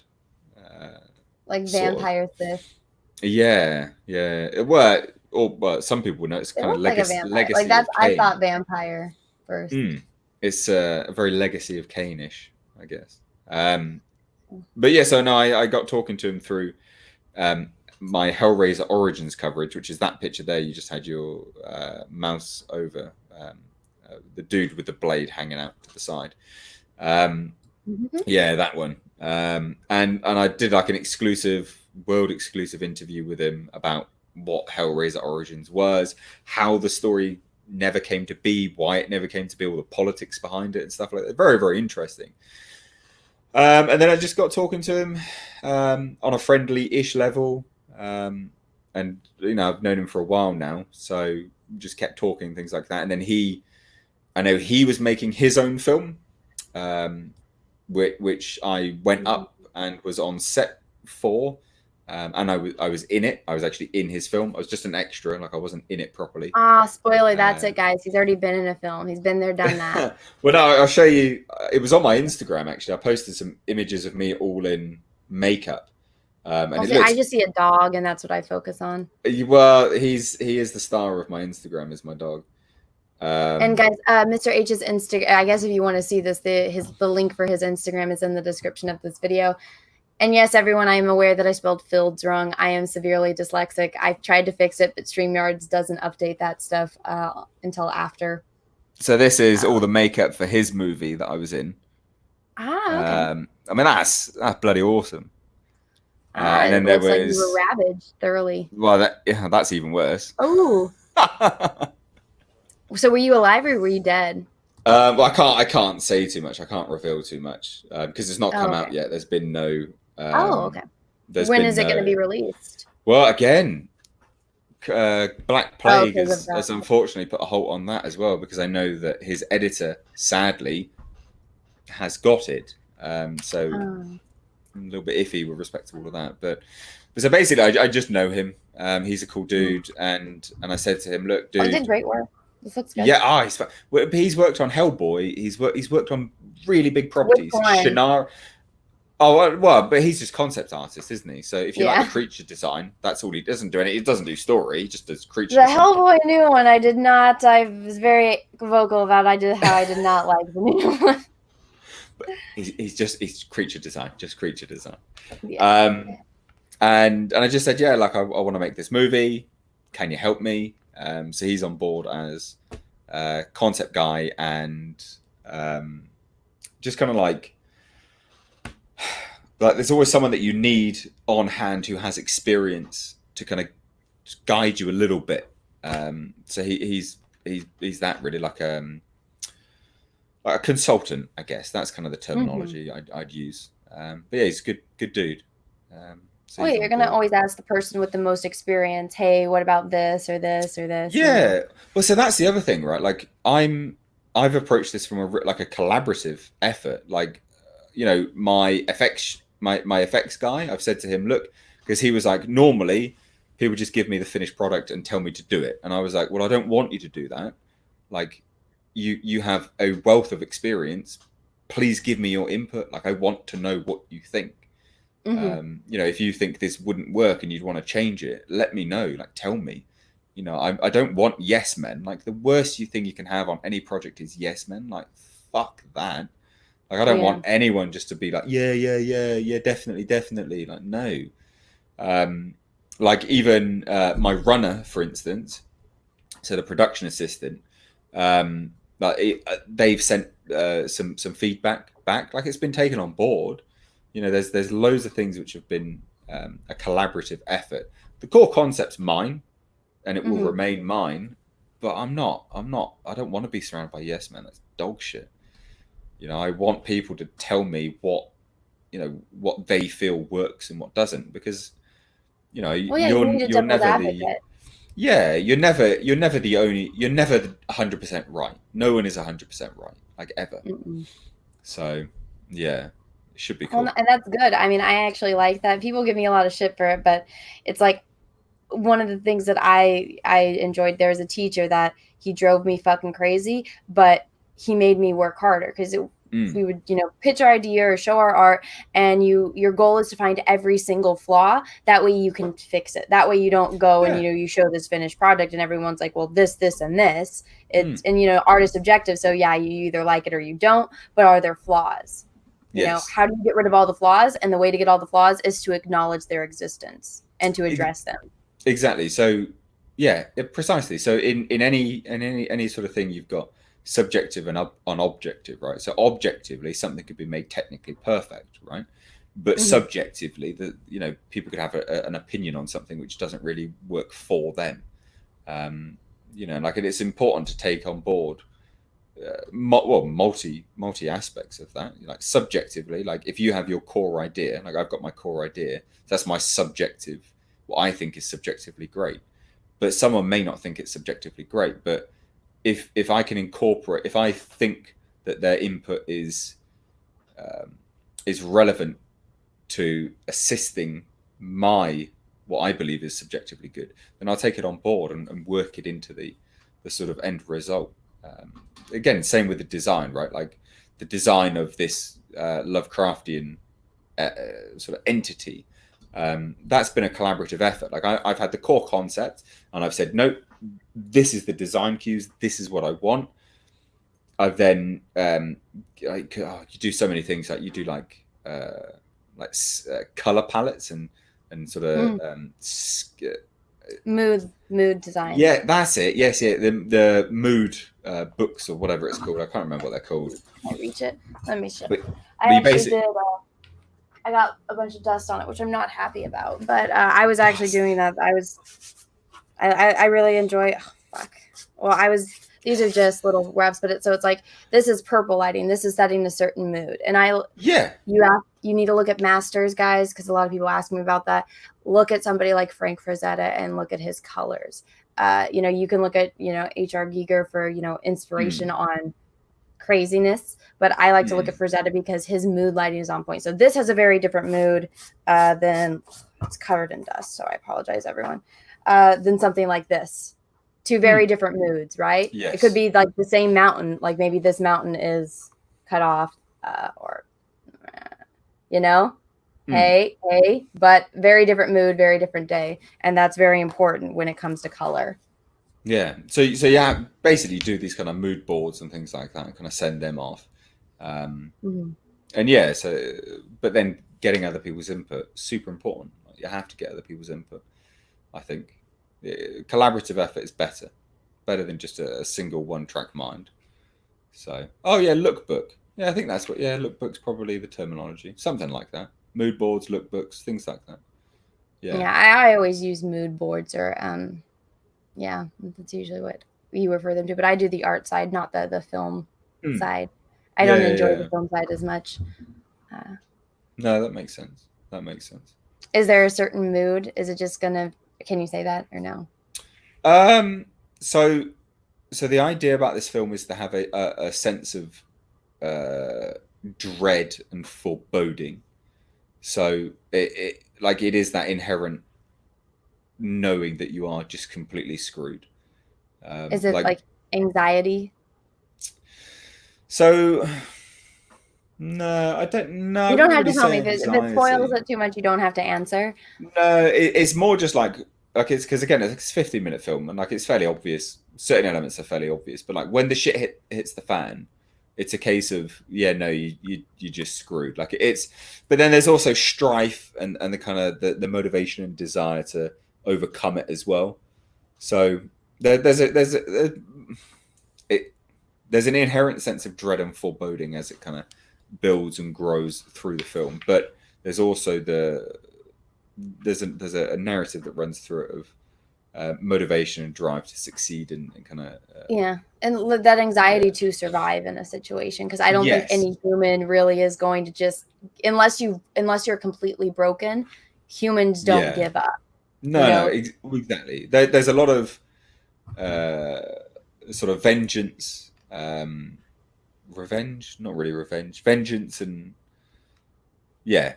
but it's vengeance. Then that's maybe who knows? Stuff like that. I don't want to reveal too much, but spoiler alert.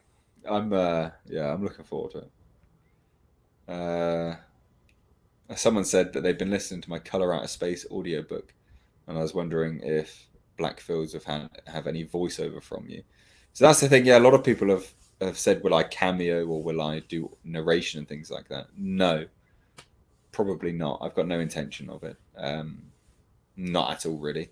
I'm trying to figure out a way to get my dog in the film. Just Hey, puppy. literally just as like an you have to. I don't know if it's me or not, but you were frozen for a second. Oh, okay, all right. Hopefully, If it was just, but you froze, and I could hear kind of talking, but it was all jumbled. So can you repeat? Yeah, no. So I want to try and get my dog in the film as a bit of a cameo, just because, just like an Easter egg, maybe just his face in a bush or something like that, just like a tiny little thing, like a blink and you'll miss it moment. But I know it's there, and I think it'll be fun. So just see if people know. That'll be cute. I think people will like that. It's like, can you spot Jasper? Spot the puppy. Oh, it'll be so good. Spot your He's upstairs at the moment, antisocial little doggo. Bless him. He's probably looking out the window. He does that all day long. All day long. Did you see the Instagram post of me? Like, I'm across the road and it's like my house. Yes. Zoom in again. It's just his face in the top window. Just there. Tulips like that too. No, I think I commented on that one. I was like, it looks like you live where Harry Potter's uncle does. Yeah. Yeah. So that's like quite Harry like Potter. standard. It's a very standard British. So this is. I'll show you guys. So this is. This was the photo, and then it's like, zoom in against my dog.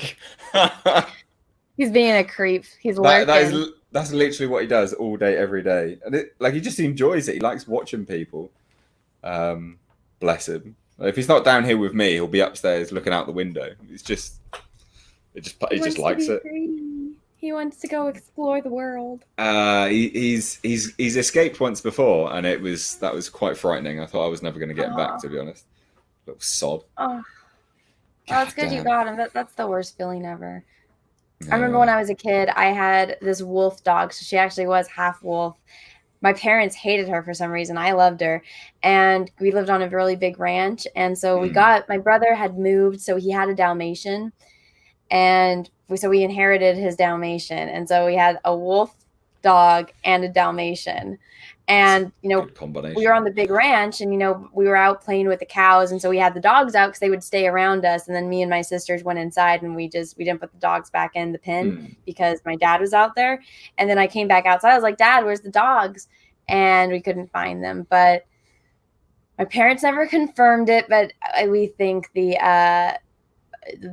a wolf dog. So she had a bad habit of getting into the neighbors' chickens. And so we're assuming that the neighbors did something and didn't tell us, but bastards. That's not. So we never got my dog back, but never hurt dogs. Dogs are sacred.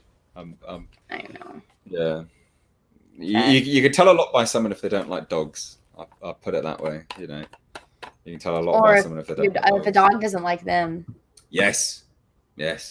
Although my dog likes everyone, so he's not a good tell.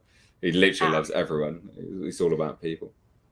Tulip, I specifically wanted a dog breed that like bonds to a human, and I've always wanted like an animal that if I don't like somebody, my animal won't like them either, and she can tell when I don't like someone until she'll just be like, See, my dog, my dog's like, because a lot of people say I'm grumpy and stuff like that, but I'm not. But he's the physical embodiment of what I am inside. So like I'm fairly happy and stuff. I'm a happy person, but I just don't look happy. Like I've got like resting bastard face, or resting bitch face, whatever it is. I have that because my eyebrows. Like I'll just be sitting there and everyone's like, that's my problem. That's my problem as well. My eyebrows, definitely. But he's full blown happy all the time. So I'm like he's what I am inside, because I'm like happy and content, but he's the physical embodiment of that. He's like, yes, he's the representation of that. Little puppy. I guess Tulip's like me. She's moody. She needs constant attention, and she loves treats. So I think that, and she's very picky. Well, Except you the one were. thing that we do not have in common is that she's a little racist shit. Oh, I think you told me about this. I think Yeah. yeah, I think I told you like she does not like she loves blonde and white dogs. She will not she fucking hates huskies too. She hates huskies. She will not play with dog. Like so her best friend is my boyfriend's parents' dog and they have Mm. a yellow lab named Lady. That's her best friend in the entire world. They just play and play until they pass out. But when we go to the dog beach and black labs come up to her, she's like, "Stay the fuck away from me." And it's like, but she'll see a yellow lab and a black lab together. She'll like fuck you to the black lab, and she loves the yellow lab. I'm like, you little It's racist so shit. Too. weird. It's the Such a strangest weird thing. She's thing. very picky about color. A lot of dogs that don't like what is it? Pugs, because apparently they can't tell that a pug is actually a dog. Allegedly, because they got like withdrawn snouts, don't they? So they don't look the same as other dogs, so they're a bit wary of pugs for some I reason. have a pug, or I grew up with a pug, so she's at my mom's house. But like I had a pug. Her name's Stinky. She's a fat, stinky little pug. Brilliant But name. I mean, I don't know. She actually never does really get along with other dogs, but that's because she's like an alpha and she wants to fight. But it's like Stinky, like don't try. See, Jasper thinks like I've had to grab dogs to stop them attacking him because he doesn't understand. He thinks when a dog is aggressive that it's play fighting. He thinks it's a game. He doesn't register because he's just really really happy, and I had to physically grab a dog by the neck and pull them off him, and kind of launch not hurt them, but I launch them off to the owner. Say, grab your fucking dog. Just because he doesn't register any of that. He's like, oh yeah, we're playing, and they're like, no, I'm about to bite your neck, and I'm like, no, you're fucking not. Get away from my dog, because he's little too. No, Tulip, she's the exact fucking opposite. I took her to the dog beach and there was a mastiff and I was scared because I'm like, oh my God, this dog is bigger than I am. And the dog wanted to come up and play with Tulip because also Tulip is not fixed because I want her to have puppies one day. Yeah. And so, of course, every boy dog at the beach, no matter how, because she's little, they're like, hey, girl. And so, they want to come up and they want to play with her. And she's like, fuck you. And it's like, and I'm just like, Tulip, you cannot fight a mastiff. You just can't. It's not going to end well. What are you doing? Oh my God, I'm going to have to defend my little dog. And I don't even think I could like hold this dog back if I wanted to. Oh, it's terrifying. But then it's like she picks the fights with the biggest dogs. And I'm like, Tulip, like, I'm a small person in general. So the fact that most of these dogs you're picking fights with are bigger than I am, like, you got balls. I'll give you that. But still, and she knows it's not playing. She's like, no, I'm going to fuck you up. And I'm like, you are this big. You're not going to fuck anything up. Calm down. She tries it. I'll give her that. She puts the effort in. Let's see. Oh, I'll read some of these super chats because I know let's do the super chats. Let me read this one because it just popped up. Hey, Anna, I like all the guests you're having on lately. Would you ever bring on It's a Gundam? Him and Cecil would be hilarious. They would. Gundam doesn't really stream with a lot of people. He has his core friends that he streams with, which I think is fine and entertaining. So one thing you have to remember on YouTube is certain channels get blacklisted very fast for the content that they produce. And so sometimes it could damage another content creator by streaming with them. So I know I have a target on my back, but it's not to the caliber as other channels. He definitely does. I've talked to him once or twice about streaming, but I get it, and he generally just streams on Twitch. So, I'm not going to go out of my way to bug someone to stream. But, I in this case, I did with Mr. H because I wanted to talk about his project because I like it. But I don't think that was more so bugging as like, hey, let's talk about a project. But I can ask. You guys can go bug him. You guys can go poke him and prod him if he wants to do a stream. But yeah, it's on you. I always find that like I'll kind of chip in there as well. I think like what I found with my audience, if they want me to stream with someone in particular, it's always best if they go and ask them rather than me, because it seems, I don't know, it always seems weirder for people to go up to other YouTubers and go, would you like to stream with me? Whereas it's better if the audience kind of initiates it. I find it better from the audience. That's my 2 cents anyway. That's kind of what I that's actually what happened to me. So I don't know if you know the backstory of my channel. So I didn't do YouTube. I had my job and I watched The Last Jedi. And I was like, everyone my entire life has known me as like that Star Wars girl. Like that was it was a derogatory nickname, but then I embraced it for the channel. But I went and I saw The Last Jedi and I was cursing in the movie theater. I was like, what the fuck is it? Second Luke threw the lightsaber, I was like, no. And I remember I was because I couldn't even imagine. So like my boyfriend, he likes Star Wars, he'll watch it with me, but it's not to this extent. And so we're in the theater and he's just like, what's going on? Why doesn't she like this? She loves Star Wars. What's going on? And there's like a 12-year-old next to me and I'm like, what the fuck is this? And we're leaving the movie and I had like a margarita or two. I think only just two. I was not drunk. It was, I drank more often back then, so it wasn't even that. And I was pissed. I was like, was that a fucking prank? Did you try to like just punk me? That's not a real movie. And he's like, no, I'm sorry. Like, what's going on? And so I had tickets for that night and then the next morning because I didn't know if I would be able to make it. So I was like, maybe because I had a couple drinks, maybe it was that. Maybe I was just not in the right mindset. I'm going to go watch it again. I watched it again. I was like, this is fucking worse sober. Fucking worse. And it was so bad. And so then I was like, I posted on like Facebook because I didn't have Twitter. And I was like, don't go watch this movie. This movie's fucking terrible. This is not Star Wars. And every single person that's ever known me, they all know what do you say with Anna? It's like, Anna, Star Wars. And so every single person on Facebook messaged me like, what do you mean you don't like a Star Wars movie? And so I had wrote like, basically a long little synopsis of that. And then I had to change it based on what people were asking me. And I was like, I can't send this message to another person because I'm copying, pasting, and making edits. This is taking too much time. And I was like, I'll just make a video and address the main things. And so everyone that asked me that I know, everyone that asked, I send them the video. And then other people watch the video. And then that's how my channel came to be. And so I only had a couple like not even like, I don't know, like less than 100 subs. And, my video was blowing up. And then I put out more because people wanted more. And I was like, oh, okay, this is weird. I guess I can do this. And then somebody commented, they're like, oh, you should talk to Jeremy from Geeks and Gamers. And I was like, I've never even heard of that channel. So I was like, let me go Google this. Because the only time I watched YouTube was for tutorials or if something was broken and I needed to learn how to fix it.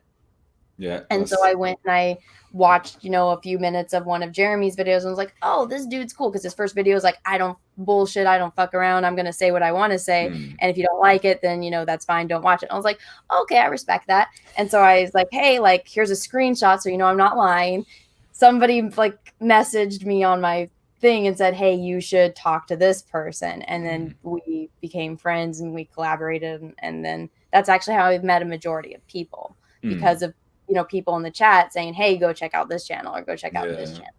You and I met differently because we were on a mutual friend stream. Yeah. Well, I find that I think audiences kind of cross over every now and then, which is good. Like it's nice that, you kind of share an audience space. And I think as well, it's good even within the audience space, even if that it's not a,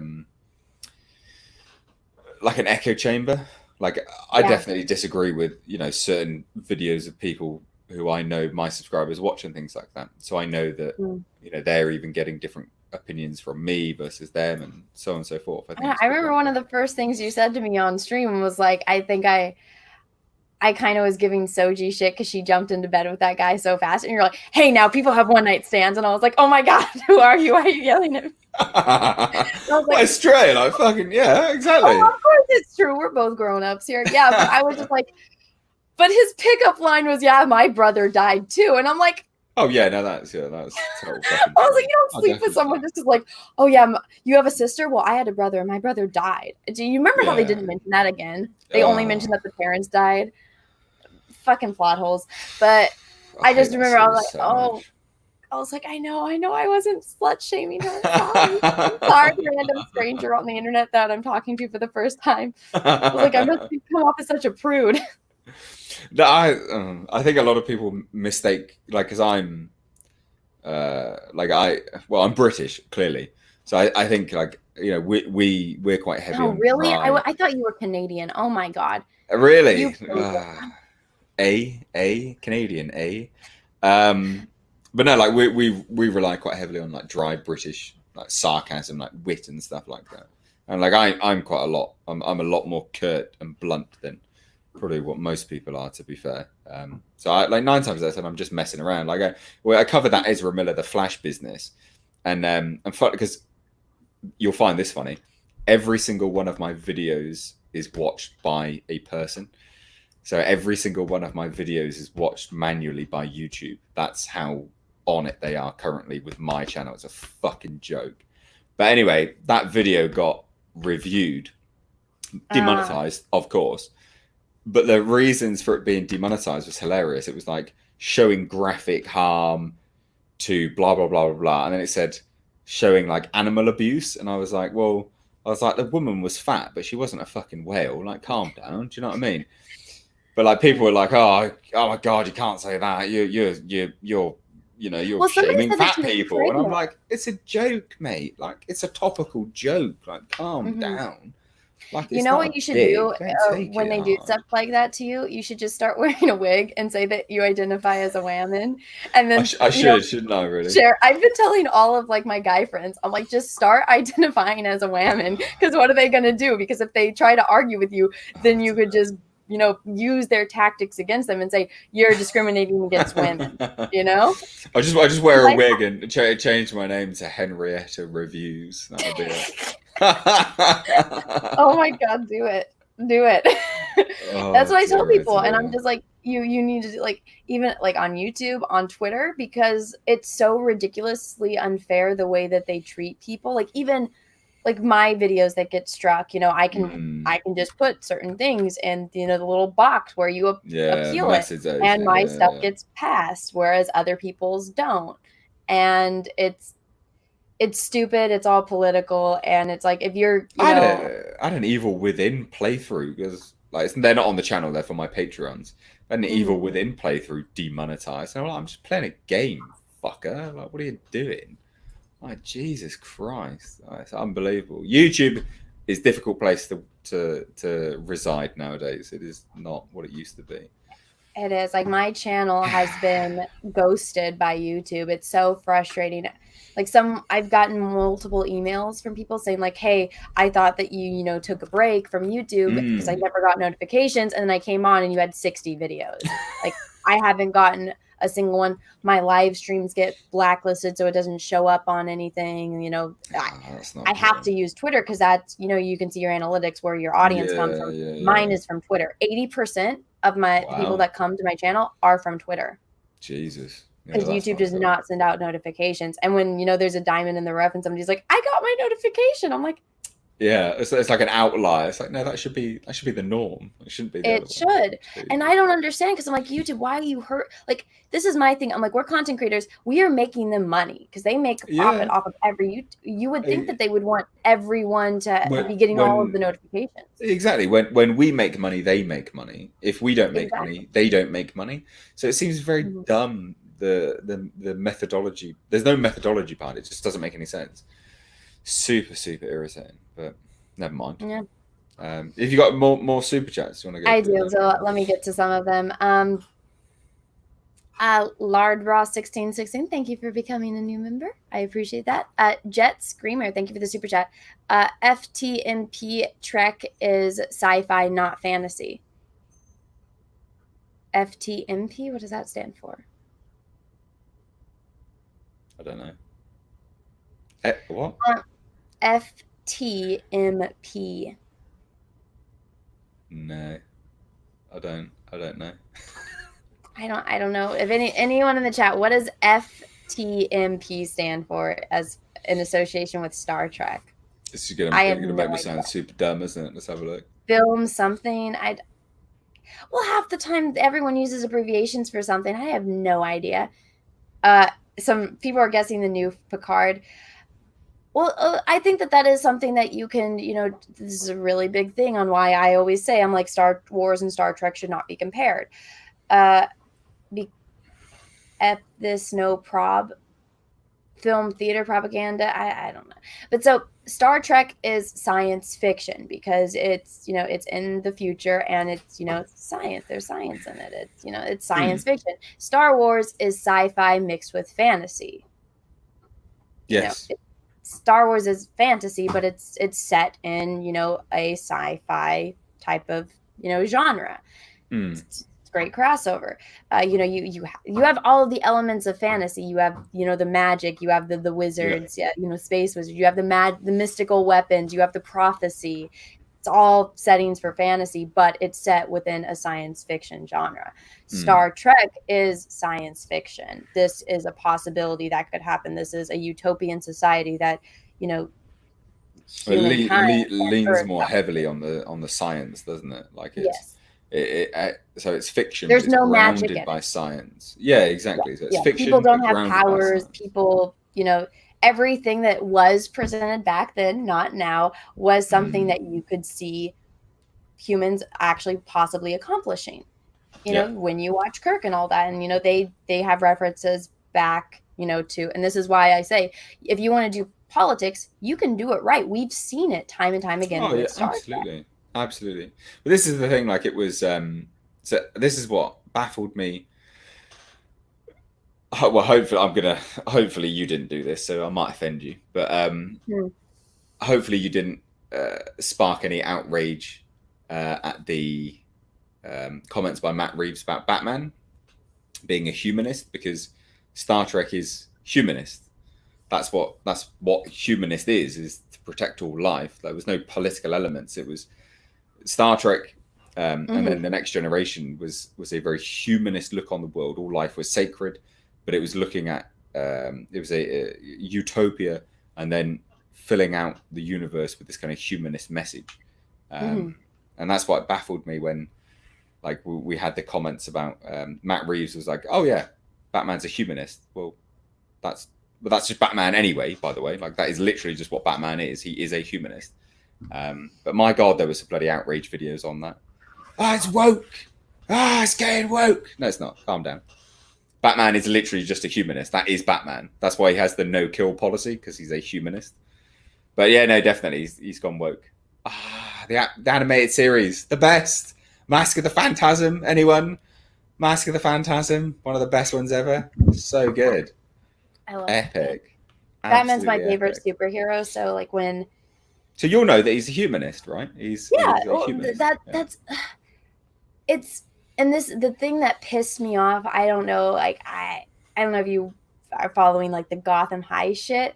The fact that they changed his father and the making it the rich American man. Well, he's Asian now. He's Asian. What the fuck's going on? No, I thought the wife was Asian because Bruce is supposed to be half Asian. Yeah. So Martha wasn't even Martha, was it? His name it was something else, and well? she Americanized her name. But like the line where, nobody knows, but it was her money that started Wayne Enterprises. Yeah. I'm like, you realize Wayne Enterprises has been around before Thomas, right? You do realize that. Dumb. Not in this woman new that's universe. You know what's funny? They took the comments off that video, and I was checking because I immediately got blocked by, I think, the artist or somebody that worked on Gotham High. I got blocked on Twitter.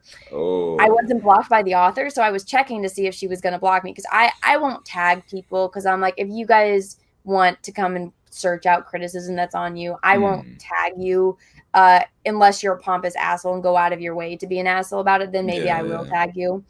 But I haven't tagged her or anything. I don't try to, bother her, because I'm like, it's my opinion. And, even though I do think my opinion is right in this case, I'm not going to go bother another person. So Gotham High, they took away the comments on the video. She made her account on Twitter private. Protected. That's the sign of a defeat right there. That's when you know that you've lost, when you're doing stuff like that. Well, it's changing Thomas Wayne. One of the reasons why Batman went the way that he did was his dad did the best that he could. His dad was a great person. His dad was a good guy. Father figure.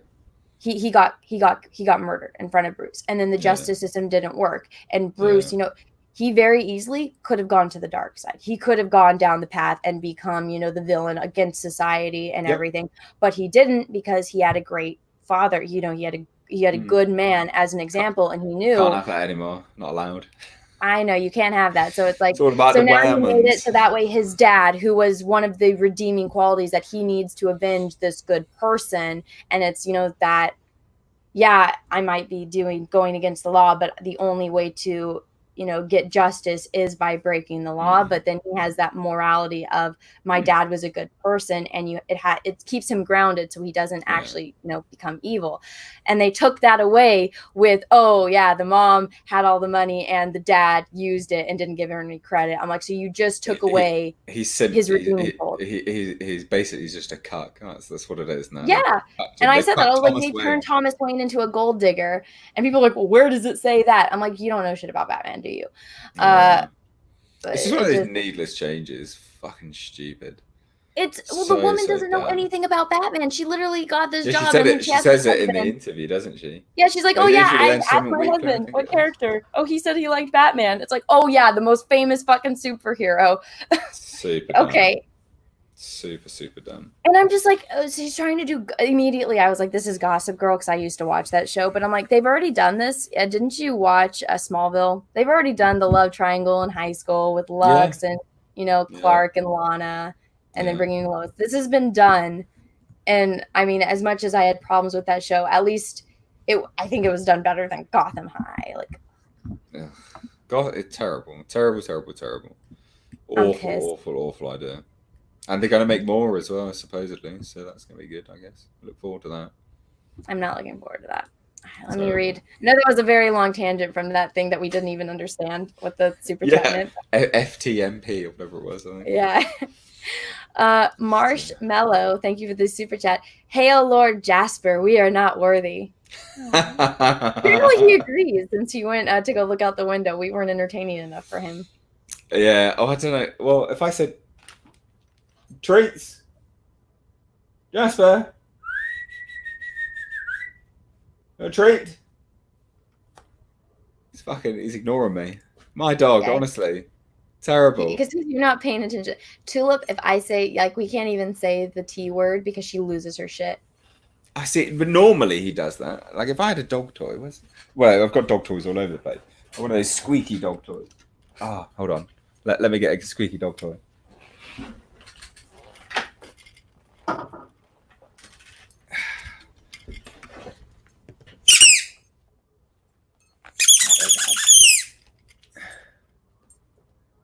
Is he coming? He must be well asleep. It's just because he sleeps on my bed, so he's just asleep on my bed, I'm sure. Nah, sorry guys, no cameo. Sorry guys, he apparently agrees with that super chat. We are unworthy. James Bush, thank you for the super chat. Even though you did not say anything, I still appreciate the support. Generic Edgelord, thank you for the super chat. Bladder, it's the E's and R's, man. You English folks try using Scandinavian. It is always making my day. I see. They spell out bladder. Baldur. It's the E's and R's with you. You English folks trying to use Scandinavian. It's always making my day. It's looking good though. Try to say. How the fuck am I supposed to say this? Stridge, O-G, and then the A and the E are combined R-E. Okay.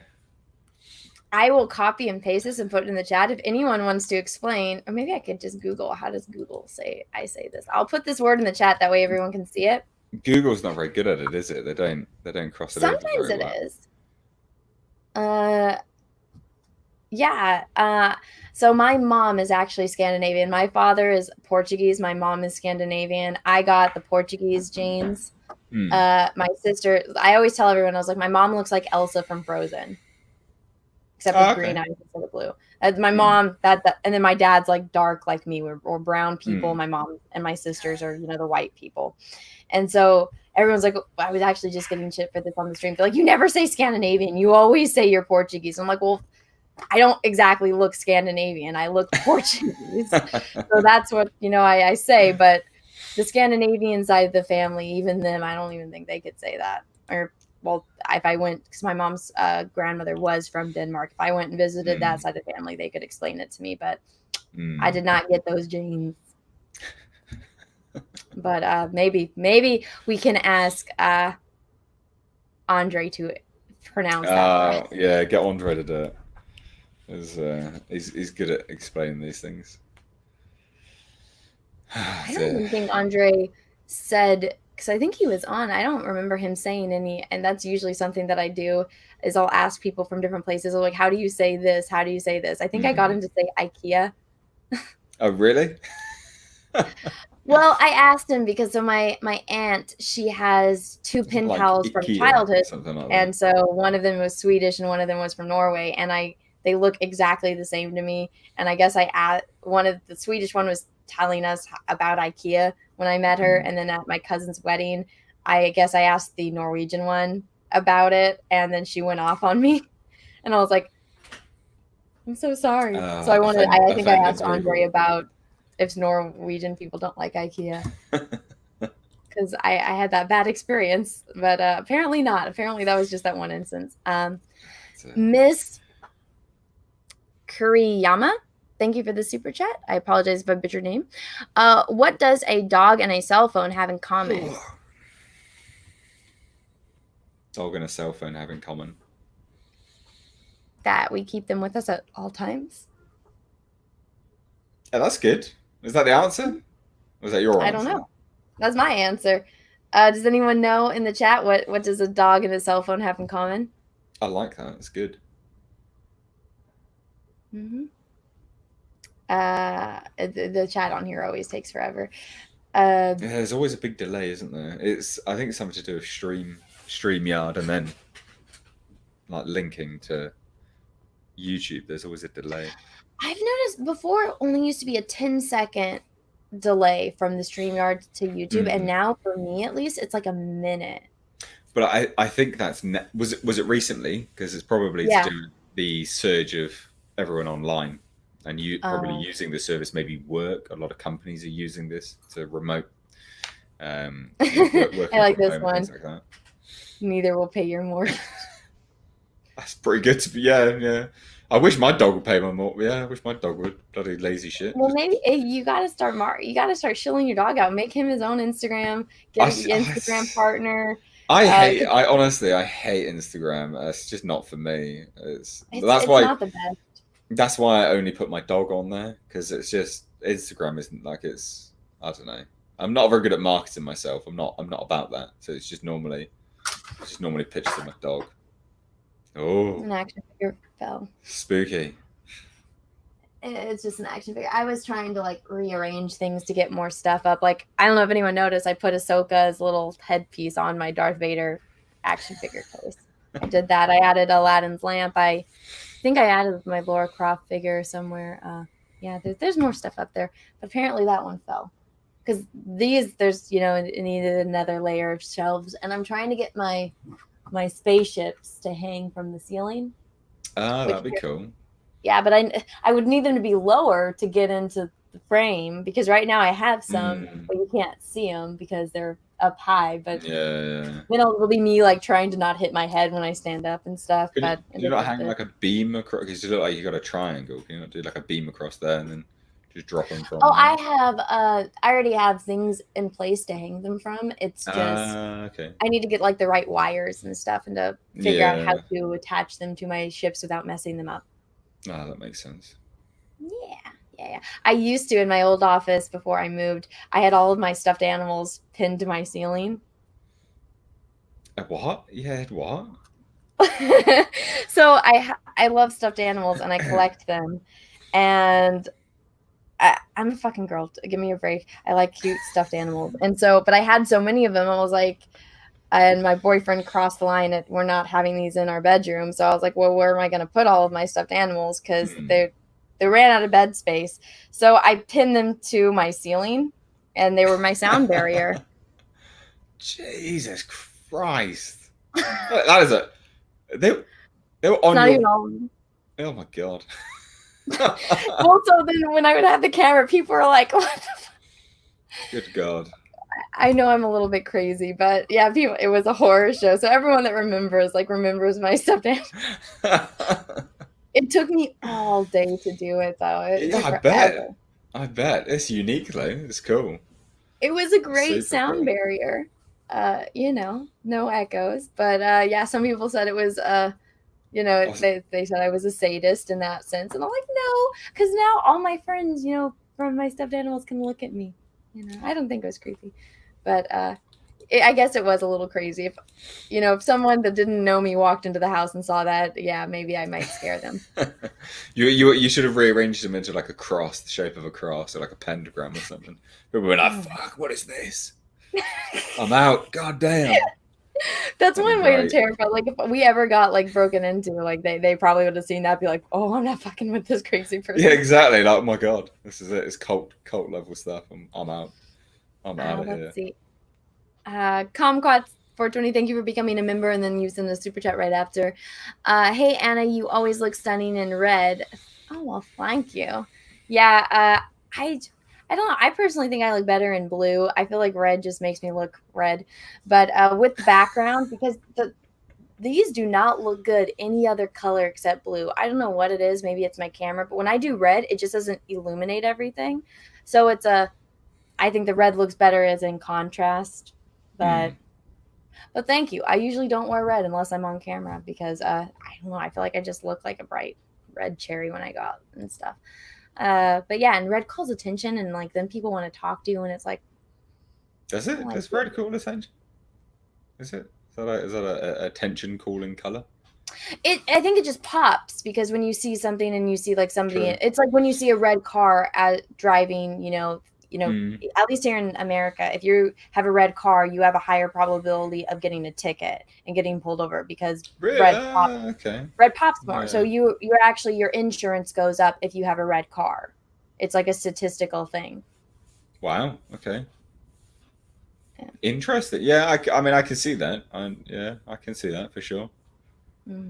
How weird. I know women have a different experience, don't they, when it comes to. Well, you guys are also more men are colorblind, so you guys don't see red the same as, I guess, more women, because men have color. It's more common color blindness for reds and greens in men than it is in women. I don't think I'm colorblind. I think I'm. Well, not all men are, but it's just a higher chance that a man is colorblind as compared to a woman, and that's mainly for reds and greens. That's why when they do those little tests to see if you could see like the letter and it's like red and green bubbles to see if you're colorblind. Okay. Interesting. Yeah. Color theory, guys. Carbon, water, calcium. Thank you for the super chat. Cecil and Peaches. Fuck no. Stop. Is that a gross Cecil's thing? not happening. It's an ongoing joke and a shtick on the show that I do every week and the Jack Show. It's a thing with my boyfriend's nickname is Peaches because he's sweet and fuzzy like a peach. And it's just, I don't want to get into it because I don't need to expose you to that insanity. But everyone tries to keep making Peaceful happening, and it's not happening. Is this like a Raylo situation? Is something like that? It's but a bit more weird. Yes. All right. It's severely more weird, but we're not getting into this. That's all that needs to be said. We're fine. Tyler Preston, it makes Raylo look normal. That's what it is. Tyler Preston, thank you for the super chat. Hello, Anna. Hi, H. Anna, just watched the video of Mad Max, The Mandalorian, bitching about Stephen Wayne's redesign of Abara Chris and your redesign of Snowflake. Wait, who? You watched a video about Mad Max and The Mandalorian? I don't think I've seen somebody do a comparison of those two yet, but why on earth would somebody make a video about Mad Max, The Mandalorian, and art redesigns of a Jedi and How would you even title that video? Like I don't know. you know titles like I do. You know, titling videos is fucking hard. So that I think that's the how would you most even title difficult that thing. video? Mad Max versus Mandalorian I don't know, but revealed plus safe space. I don't know, maybe fucking it's one of those things where it was a live stream and they talked on all those topics. Well, all right. maybe. Well, I guess a free exposure for my redesign, so that's cool. I can Thank know you. someone said Will Gentry said Mad Max is the YouTube channel. Is that I don't know. Okay, but then again, okay, so it's a YouTube channel called that, and then they talked about the Mandalorian, and then I would hope that this is a live stream because as far as a video, that doesn't seem like a cohesive topic. I feel like you would need to do a video on each individual one, so I sincerely hope that was a live stream. Again, yeah, how do you even title that? Let me talk about the Mandalorian and then a Jedi redesign and a Marvel character. It's too much SEO to try and fit into the title there. It just wouldn't work. Yeah. Like 50 views or some trash like that. I wouldn't bet. Yeah, I wouldn't bet to do that. No. And then just like that, I am all caught up on Super Chat. So we've been going for almost like a little over 2.5 hours. Is there anything else you wanted to talk about? I don't know really. I mean, with respect to the film, if anyone chooses to support the film, thank you so much. I would really appreciate it. But if not, don't worry about it. And I hope you all stay safe. Really, I did a post on my my Twitter as well as YouTube. I just said to everyone, because especially in the UK, right, we've just had announced now that it's at the very least another 3 weeks, which means they're prepping for it to be longer.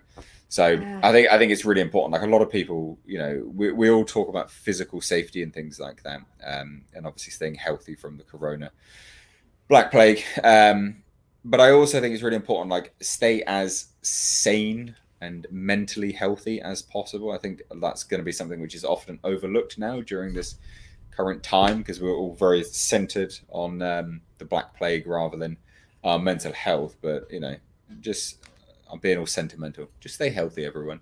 It's often overlooked, but incredibly important. So, yeah, that's my little addition to all of this. Yeah, I mean, I'm still like, this is how I live my life normally. So I'm having a hard time, seeing that people, what do you mean you're not, it's weird for you to not be able to go outside. I'm like, I have to all right, I guess this isn't normal, I think it's the inability of it, right? I think it's not having the option. I think that's what's so irritating about it. Like I think it's like you don't mind not doing it, but the second you're told you can't do it, then it's like that's all you want to do. Well, a good comparison is right, like having a car, right? Once you get a car, it's such a invigorating and liberating thing to know. You have a car and you can go anywhere you want. You're not always going to, obviously, but it's just knowing that you can. But now we're all on lockdown. You can't do anything. So it's that kind of pranging in the back of your mind that no, I've literally every single day I'm literally just inside. It's nice to have the option of going out and doing something, but you can't. So. I think that's something that might be getting to me a little bit is like, I can't my thing is like, I can't go to the art store. Like I can't go and I can't buy new canvases.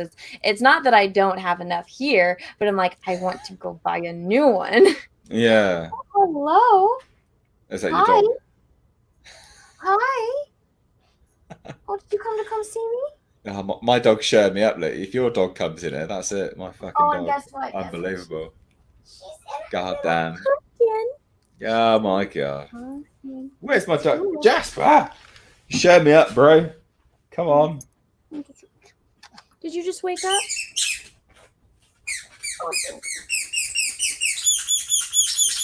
I'm gonna try and get this bloody dog down there. Tyler Preston, thank you for another super chat. Here's more shekels for confusing the chat. Oh, thank you. Jasper! I don't think he's gonna. Yeah, sod. It's okay. We saw him in the beginning. Tulip came in at the end. I know. I know. She loves kisses, but yeah. So this is Tulip. She's a little Pekingese princess. Very, very sweet. And she's a pumpkin today. This used to fit her much better, but then she got long. Okay, Tulip, we gotta go down. She'll do that all day. She just will, like, all she wants to do is like give kisses. Unless there's T word, then she's like, yeah, you cannot say that. You can't say that. You can't say the W word. You can't say the B word, which is the ocean place. That B word. Oh, really? He knows that. That's well, quite yeah, smart. because she knows when I take her there, because there's a dog B word, and so she knows when I say that, she's like, yeah. Yeah. Or like I think Jasper knows outside. He doesn't really know walk so much, but he knows going outside. Like, why would he know going outside rather than walk? What a weird. My dog, seriously. Weirdo. Huh? Don't say the W word. Oh, right, sorry. Yeah, she'll go crazy. She's going outside right now. But I forgot my train of thought before she came in. I don't know. I don't know. I don't know what she was or what we were talking about, but before my princess interrupted, we were talking about something. Lockdown, I think. Oh, lockdown, and not being able to go anywhere. I think that's what's like. I'm like, I didn't go anywhere to begin with, but now that I don't have the option, I'm like, now all I want to do is go out. Yeah. Well, you can't even order stuff on Amazon. Amazon's really slowed down. God damn, they've slowed down. I still can. Like, you can order stuff, but Amazon Prime, you're not getting it next day. God, no, you're not getting it for like a week. Mm-hmm. Terrible. And like all the stores are closed, so if it's not at like one store, you're kind of shit out of luck. Yes, everything's really restricted now. Like even eBay, I found eBay's because I buy a lot. eBay's a great place to buy stuff, but eBay is hugely restrictive of what you can buy now. Like there's very little stuff. Like I make alcohol, so I make anyone that likes Viking stuff. I make honey wine, so I make mead, and trying to buy the couple kilos worth of honey that it takes to make the demijohn of mead. Nah, took ages.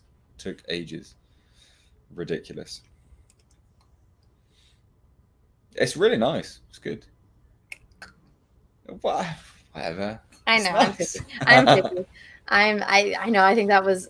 Did we talk about honey? Yeah, I think it was. I can't. It was on that. I feel like I'm having deja vu. Yeah, it was the sheep puppet stream. I think it was mentioned. I can't remember. It was mentioned because it was about hunt. You were having the pixie sticks. You were basically snorting the sugar. Oh yeah, my pixie sticks. And so I think I made a comment on it. I can't remember. Honestly, I can't remember exactly. But it got onto that for some weird reason. But yeah. Yeah, so moral of the story, everyone, is I'm picky and I like sugar, but I do not like honey. I never have. No natural sugar. No, you're just down for that. I know. I'll eat natural sugar. I'll eat sugar just plain by itself from that's fine. That's fine for me. I like it. It tastes great. Sugar is good. I think it is the most important food group aside. But yeah, and fruit's good too. But sugar. All about sugar. Sugar is my lifeblood. And people can tell when I haven't had any because I'm like. Yeah. But I know we are derailing this, and I am actually going to leave this live stream. I usually don't leave live streams up on my channel. I will leave this one up on my channel. So let's go look at this again before we end. So this is Mr. H. And how do you say H? Do you say it the English way or do you say it the American way? H. Which so you don't say H? No, just H. Mr. H. You kind of did it that way. I don't know. I remember some Brits say it like H, and I'm like, it's H. Well, maybe it's an amalgamation of the two. H, I guess. Maybe it's a bit of both. I don't know. Because I used to work in Miami, so there's probably a bit of the Americanisms coming through. So I would imagine. Well, maybe that's why. But everyone, this is Mr. H's GoFundMe. I've been linking it in the chat. So if some of my mods, and then it's in the description of this video as well. If you like this live stream and you liked what you heard about it, I would, highly recommend going and supporting his movie, because it's very rare that we get movies that actually have this amount of thought in it nowadays. And that's something that, I'm a really big advocate for here on my channel, is that I like when, you can clearly see somebody has put time, energy, effort, and passion into something. And I think that that's exactly what we're looking at here. And that's why, I reached out to Mr. H and asked him if he would be interested in doing a live stream to talk about this here on my channel. So this is where you can come find out more information. As you can see, he does updates on it. You can go back and hear even the artwork. Oh, so some of these are going to be sold as posters soon, actually. So there will be like official kind of merchandise. It's just because I get I'm sure you know as well as I do, those things don't earn money per se, but it's nice for people to have something, from it. What the heck? I have no idea. There were I don't know. Some people like this one was funny, like the Magnus one. Magnus, damn it! I made a previous donation, anonymous by accident. It was a really cool comment, which none of you will ever see. It was just a weird. Look at that, like super Gimli. Like, what the hell is that? He's got like a Pope hat, and he's got like the most intense battle axe ever. Oh my goodness. That's great. I love that. But you have to do it again because he made this thing anonymous. That's funny. So good. But yeah, if you guys want to go and support Mr. H's movie, you can come here to the GoFundMe, and you can watch his little in-depth video. I was going to play it, but I think since we have him here, it's better to get a live reaction and a live conversation as compared to the video. But everything that we talked about was covered in this video. But if you want, I think he goes a little bit more in depth on GoFundMe. If you missed it here in this live stream, you can go and watch it here. But like I said, the links are going through the chat. It's also in the description of this video. I don't really do this, but because I need to do this, I guess I'm going to do a little self-promotion too. And if you guys haven't, go check out my Vampirella cover for Dynamite. It's go look at this one right here. It's caused a lot of craziness. I haven't talked about it very much on my channel because it is the drama that it is. We don't need to talk about it here. But if you follow me on Twitter and you follow certain people on Twitter, you know what's been going on. But so I think we're going to be adding the colored t-shirt, which a lot of people want. And I don't know yet about the single individual signed cover. I think we might just stick with the 3 because Dynamite set this up, not me. But if you haven't yet, go check it out. But again, what this stream was about was Mr. H's movie. And if you guys are interested in the project, I would, recommend supporting it. Like he said, just think about the price of a coffee. Maybe, I don't know how much it is in the UK, but I mean, my equivalent is like $5. $5 is nothing. So if you're interested in supporting it, this is the place to do it. So a little promotion right then and there. But Mr. H, thank you for coming on. Do you have anything you want to say? Anything else that you want to shill or drop in? I don't know, really. I mean, if you want to check, you can check out my channel as well if you like. Mr. H Reviews. Videos. Hey, the puppet videos, which I still need to finish. God damn. Follow You've been covering Dune recently, right? Hey, you've been covering Dune. Yes. I thought you said Doom. Then I was like, yeah, I've been doing Doom Eternal. I have actually been doing Doom Eternal. I've got a playthrough uploaded now. I've been covering the whole Dune stuff and following all of that. Something I'm really looking forward to actually. So should be good. But yeah, no, just channel to anyone that's never seen it. Say that again. Sorry. Do you want to pitch your channel to anyone that's never seen it? Yeah, I mean, a lot of people will kind of be confused and say the H stands for hate or honest. So there's two sort of pictures of what my channel is about. Basically, I'm always as honest as possible. There's no I try to remain as credible as possible, and I just give my thoughts on things. So, but so in movie reviews, for instance, I like to go more into the technical aspect of things. So there's a lot of stuff which I'll discuss, like technicalities, how a movie's made, So, but yeah, check out my channel if you want, and if you want to support. You the also film, do like please do. theory videos too. Yeah, so a lot of people like my voice. That's how the channel started primarily.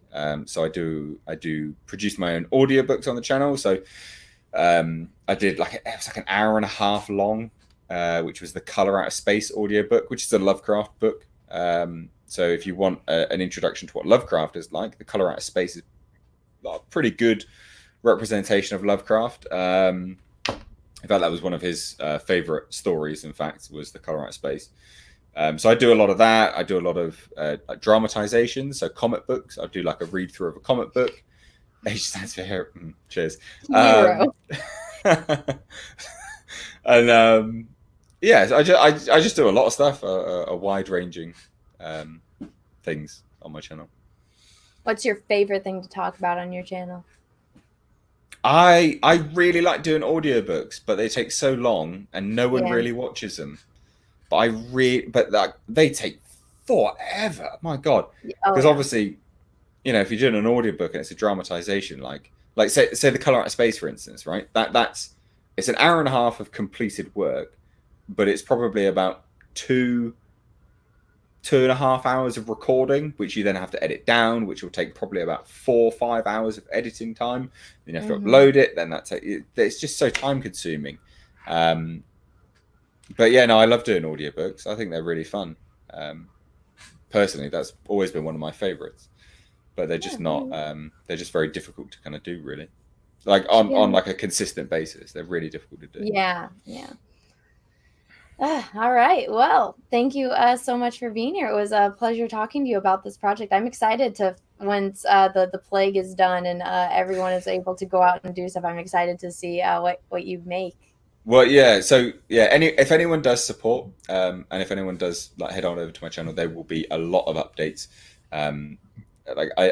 It's not like a case of give me money and I'm just never going to do anything with it. Like, things are legitimately happening. And I'm trying to be as communicative as possible to everyone about the project. So there'll be lots of updates, lots of behind the scenes images and things like that, lots of videos on it. Are you gonna post pictures of the cast and what they look like when they're in the costume with the weapons and stuff? Probably not. Probably just teasers. You guys have seen the sword, so that will be done. I've got concept work coming back now for the costume design. So there's concept for everything. It's crazy. But that will be coming back, and that should be revealed in my update video, which I'm going to be doing. If it comes back in time. If not, then it will be other things which are revealed. So, but you got the exclusive on the sword. So there you go. Yeah, guys, first time here. Let me read this. Thank you in advance. I do not agree with this statement. Mind map of a geek. Thank you for the super chat, and that's also £1.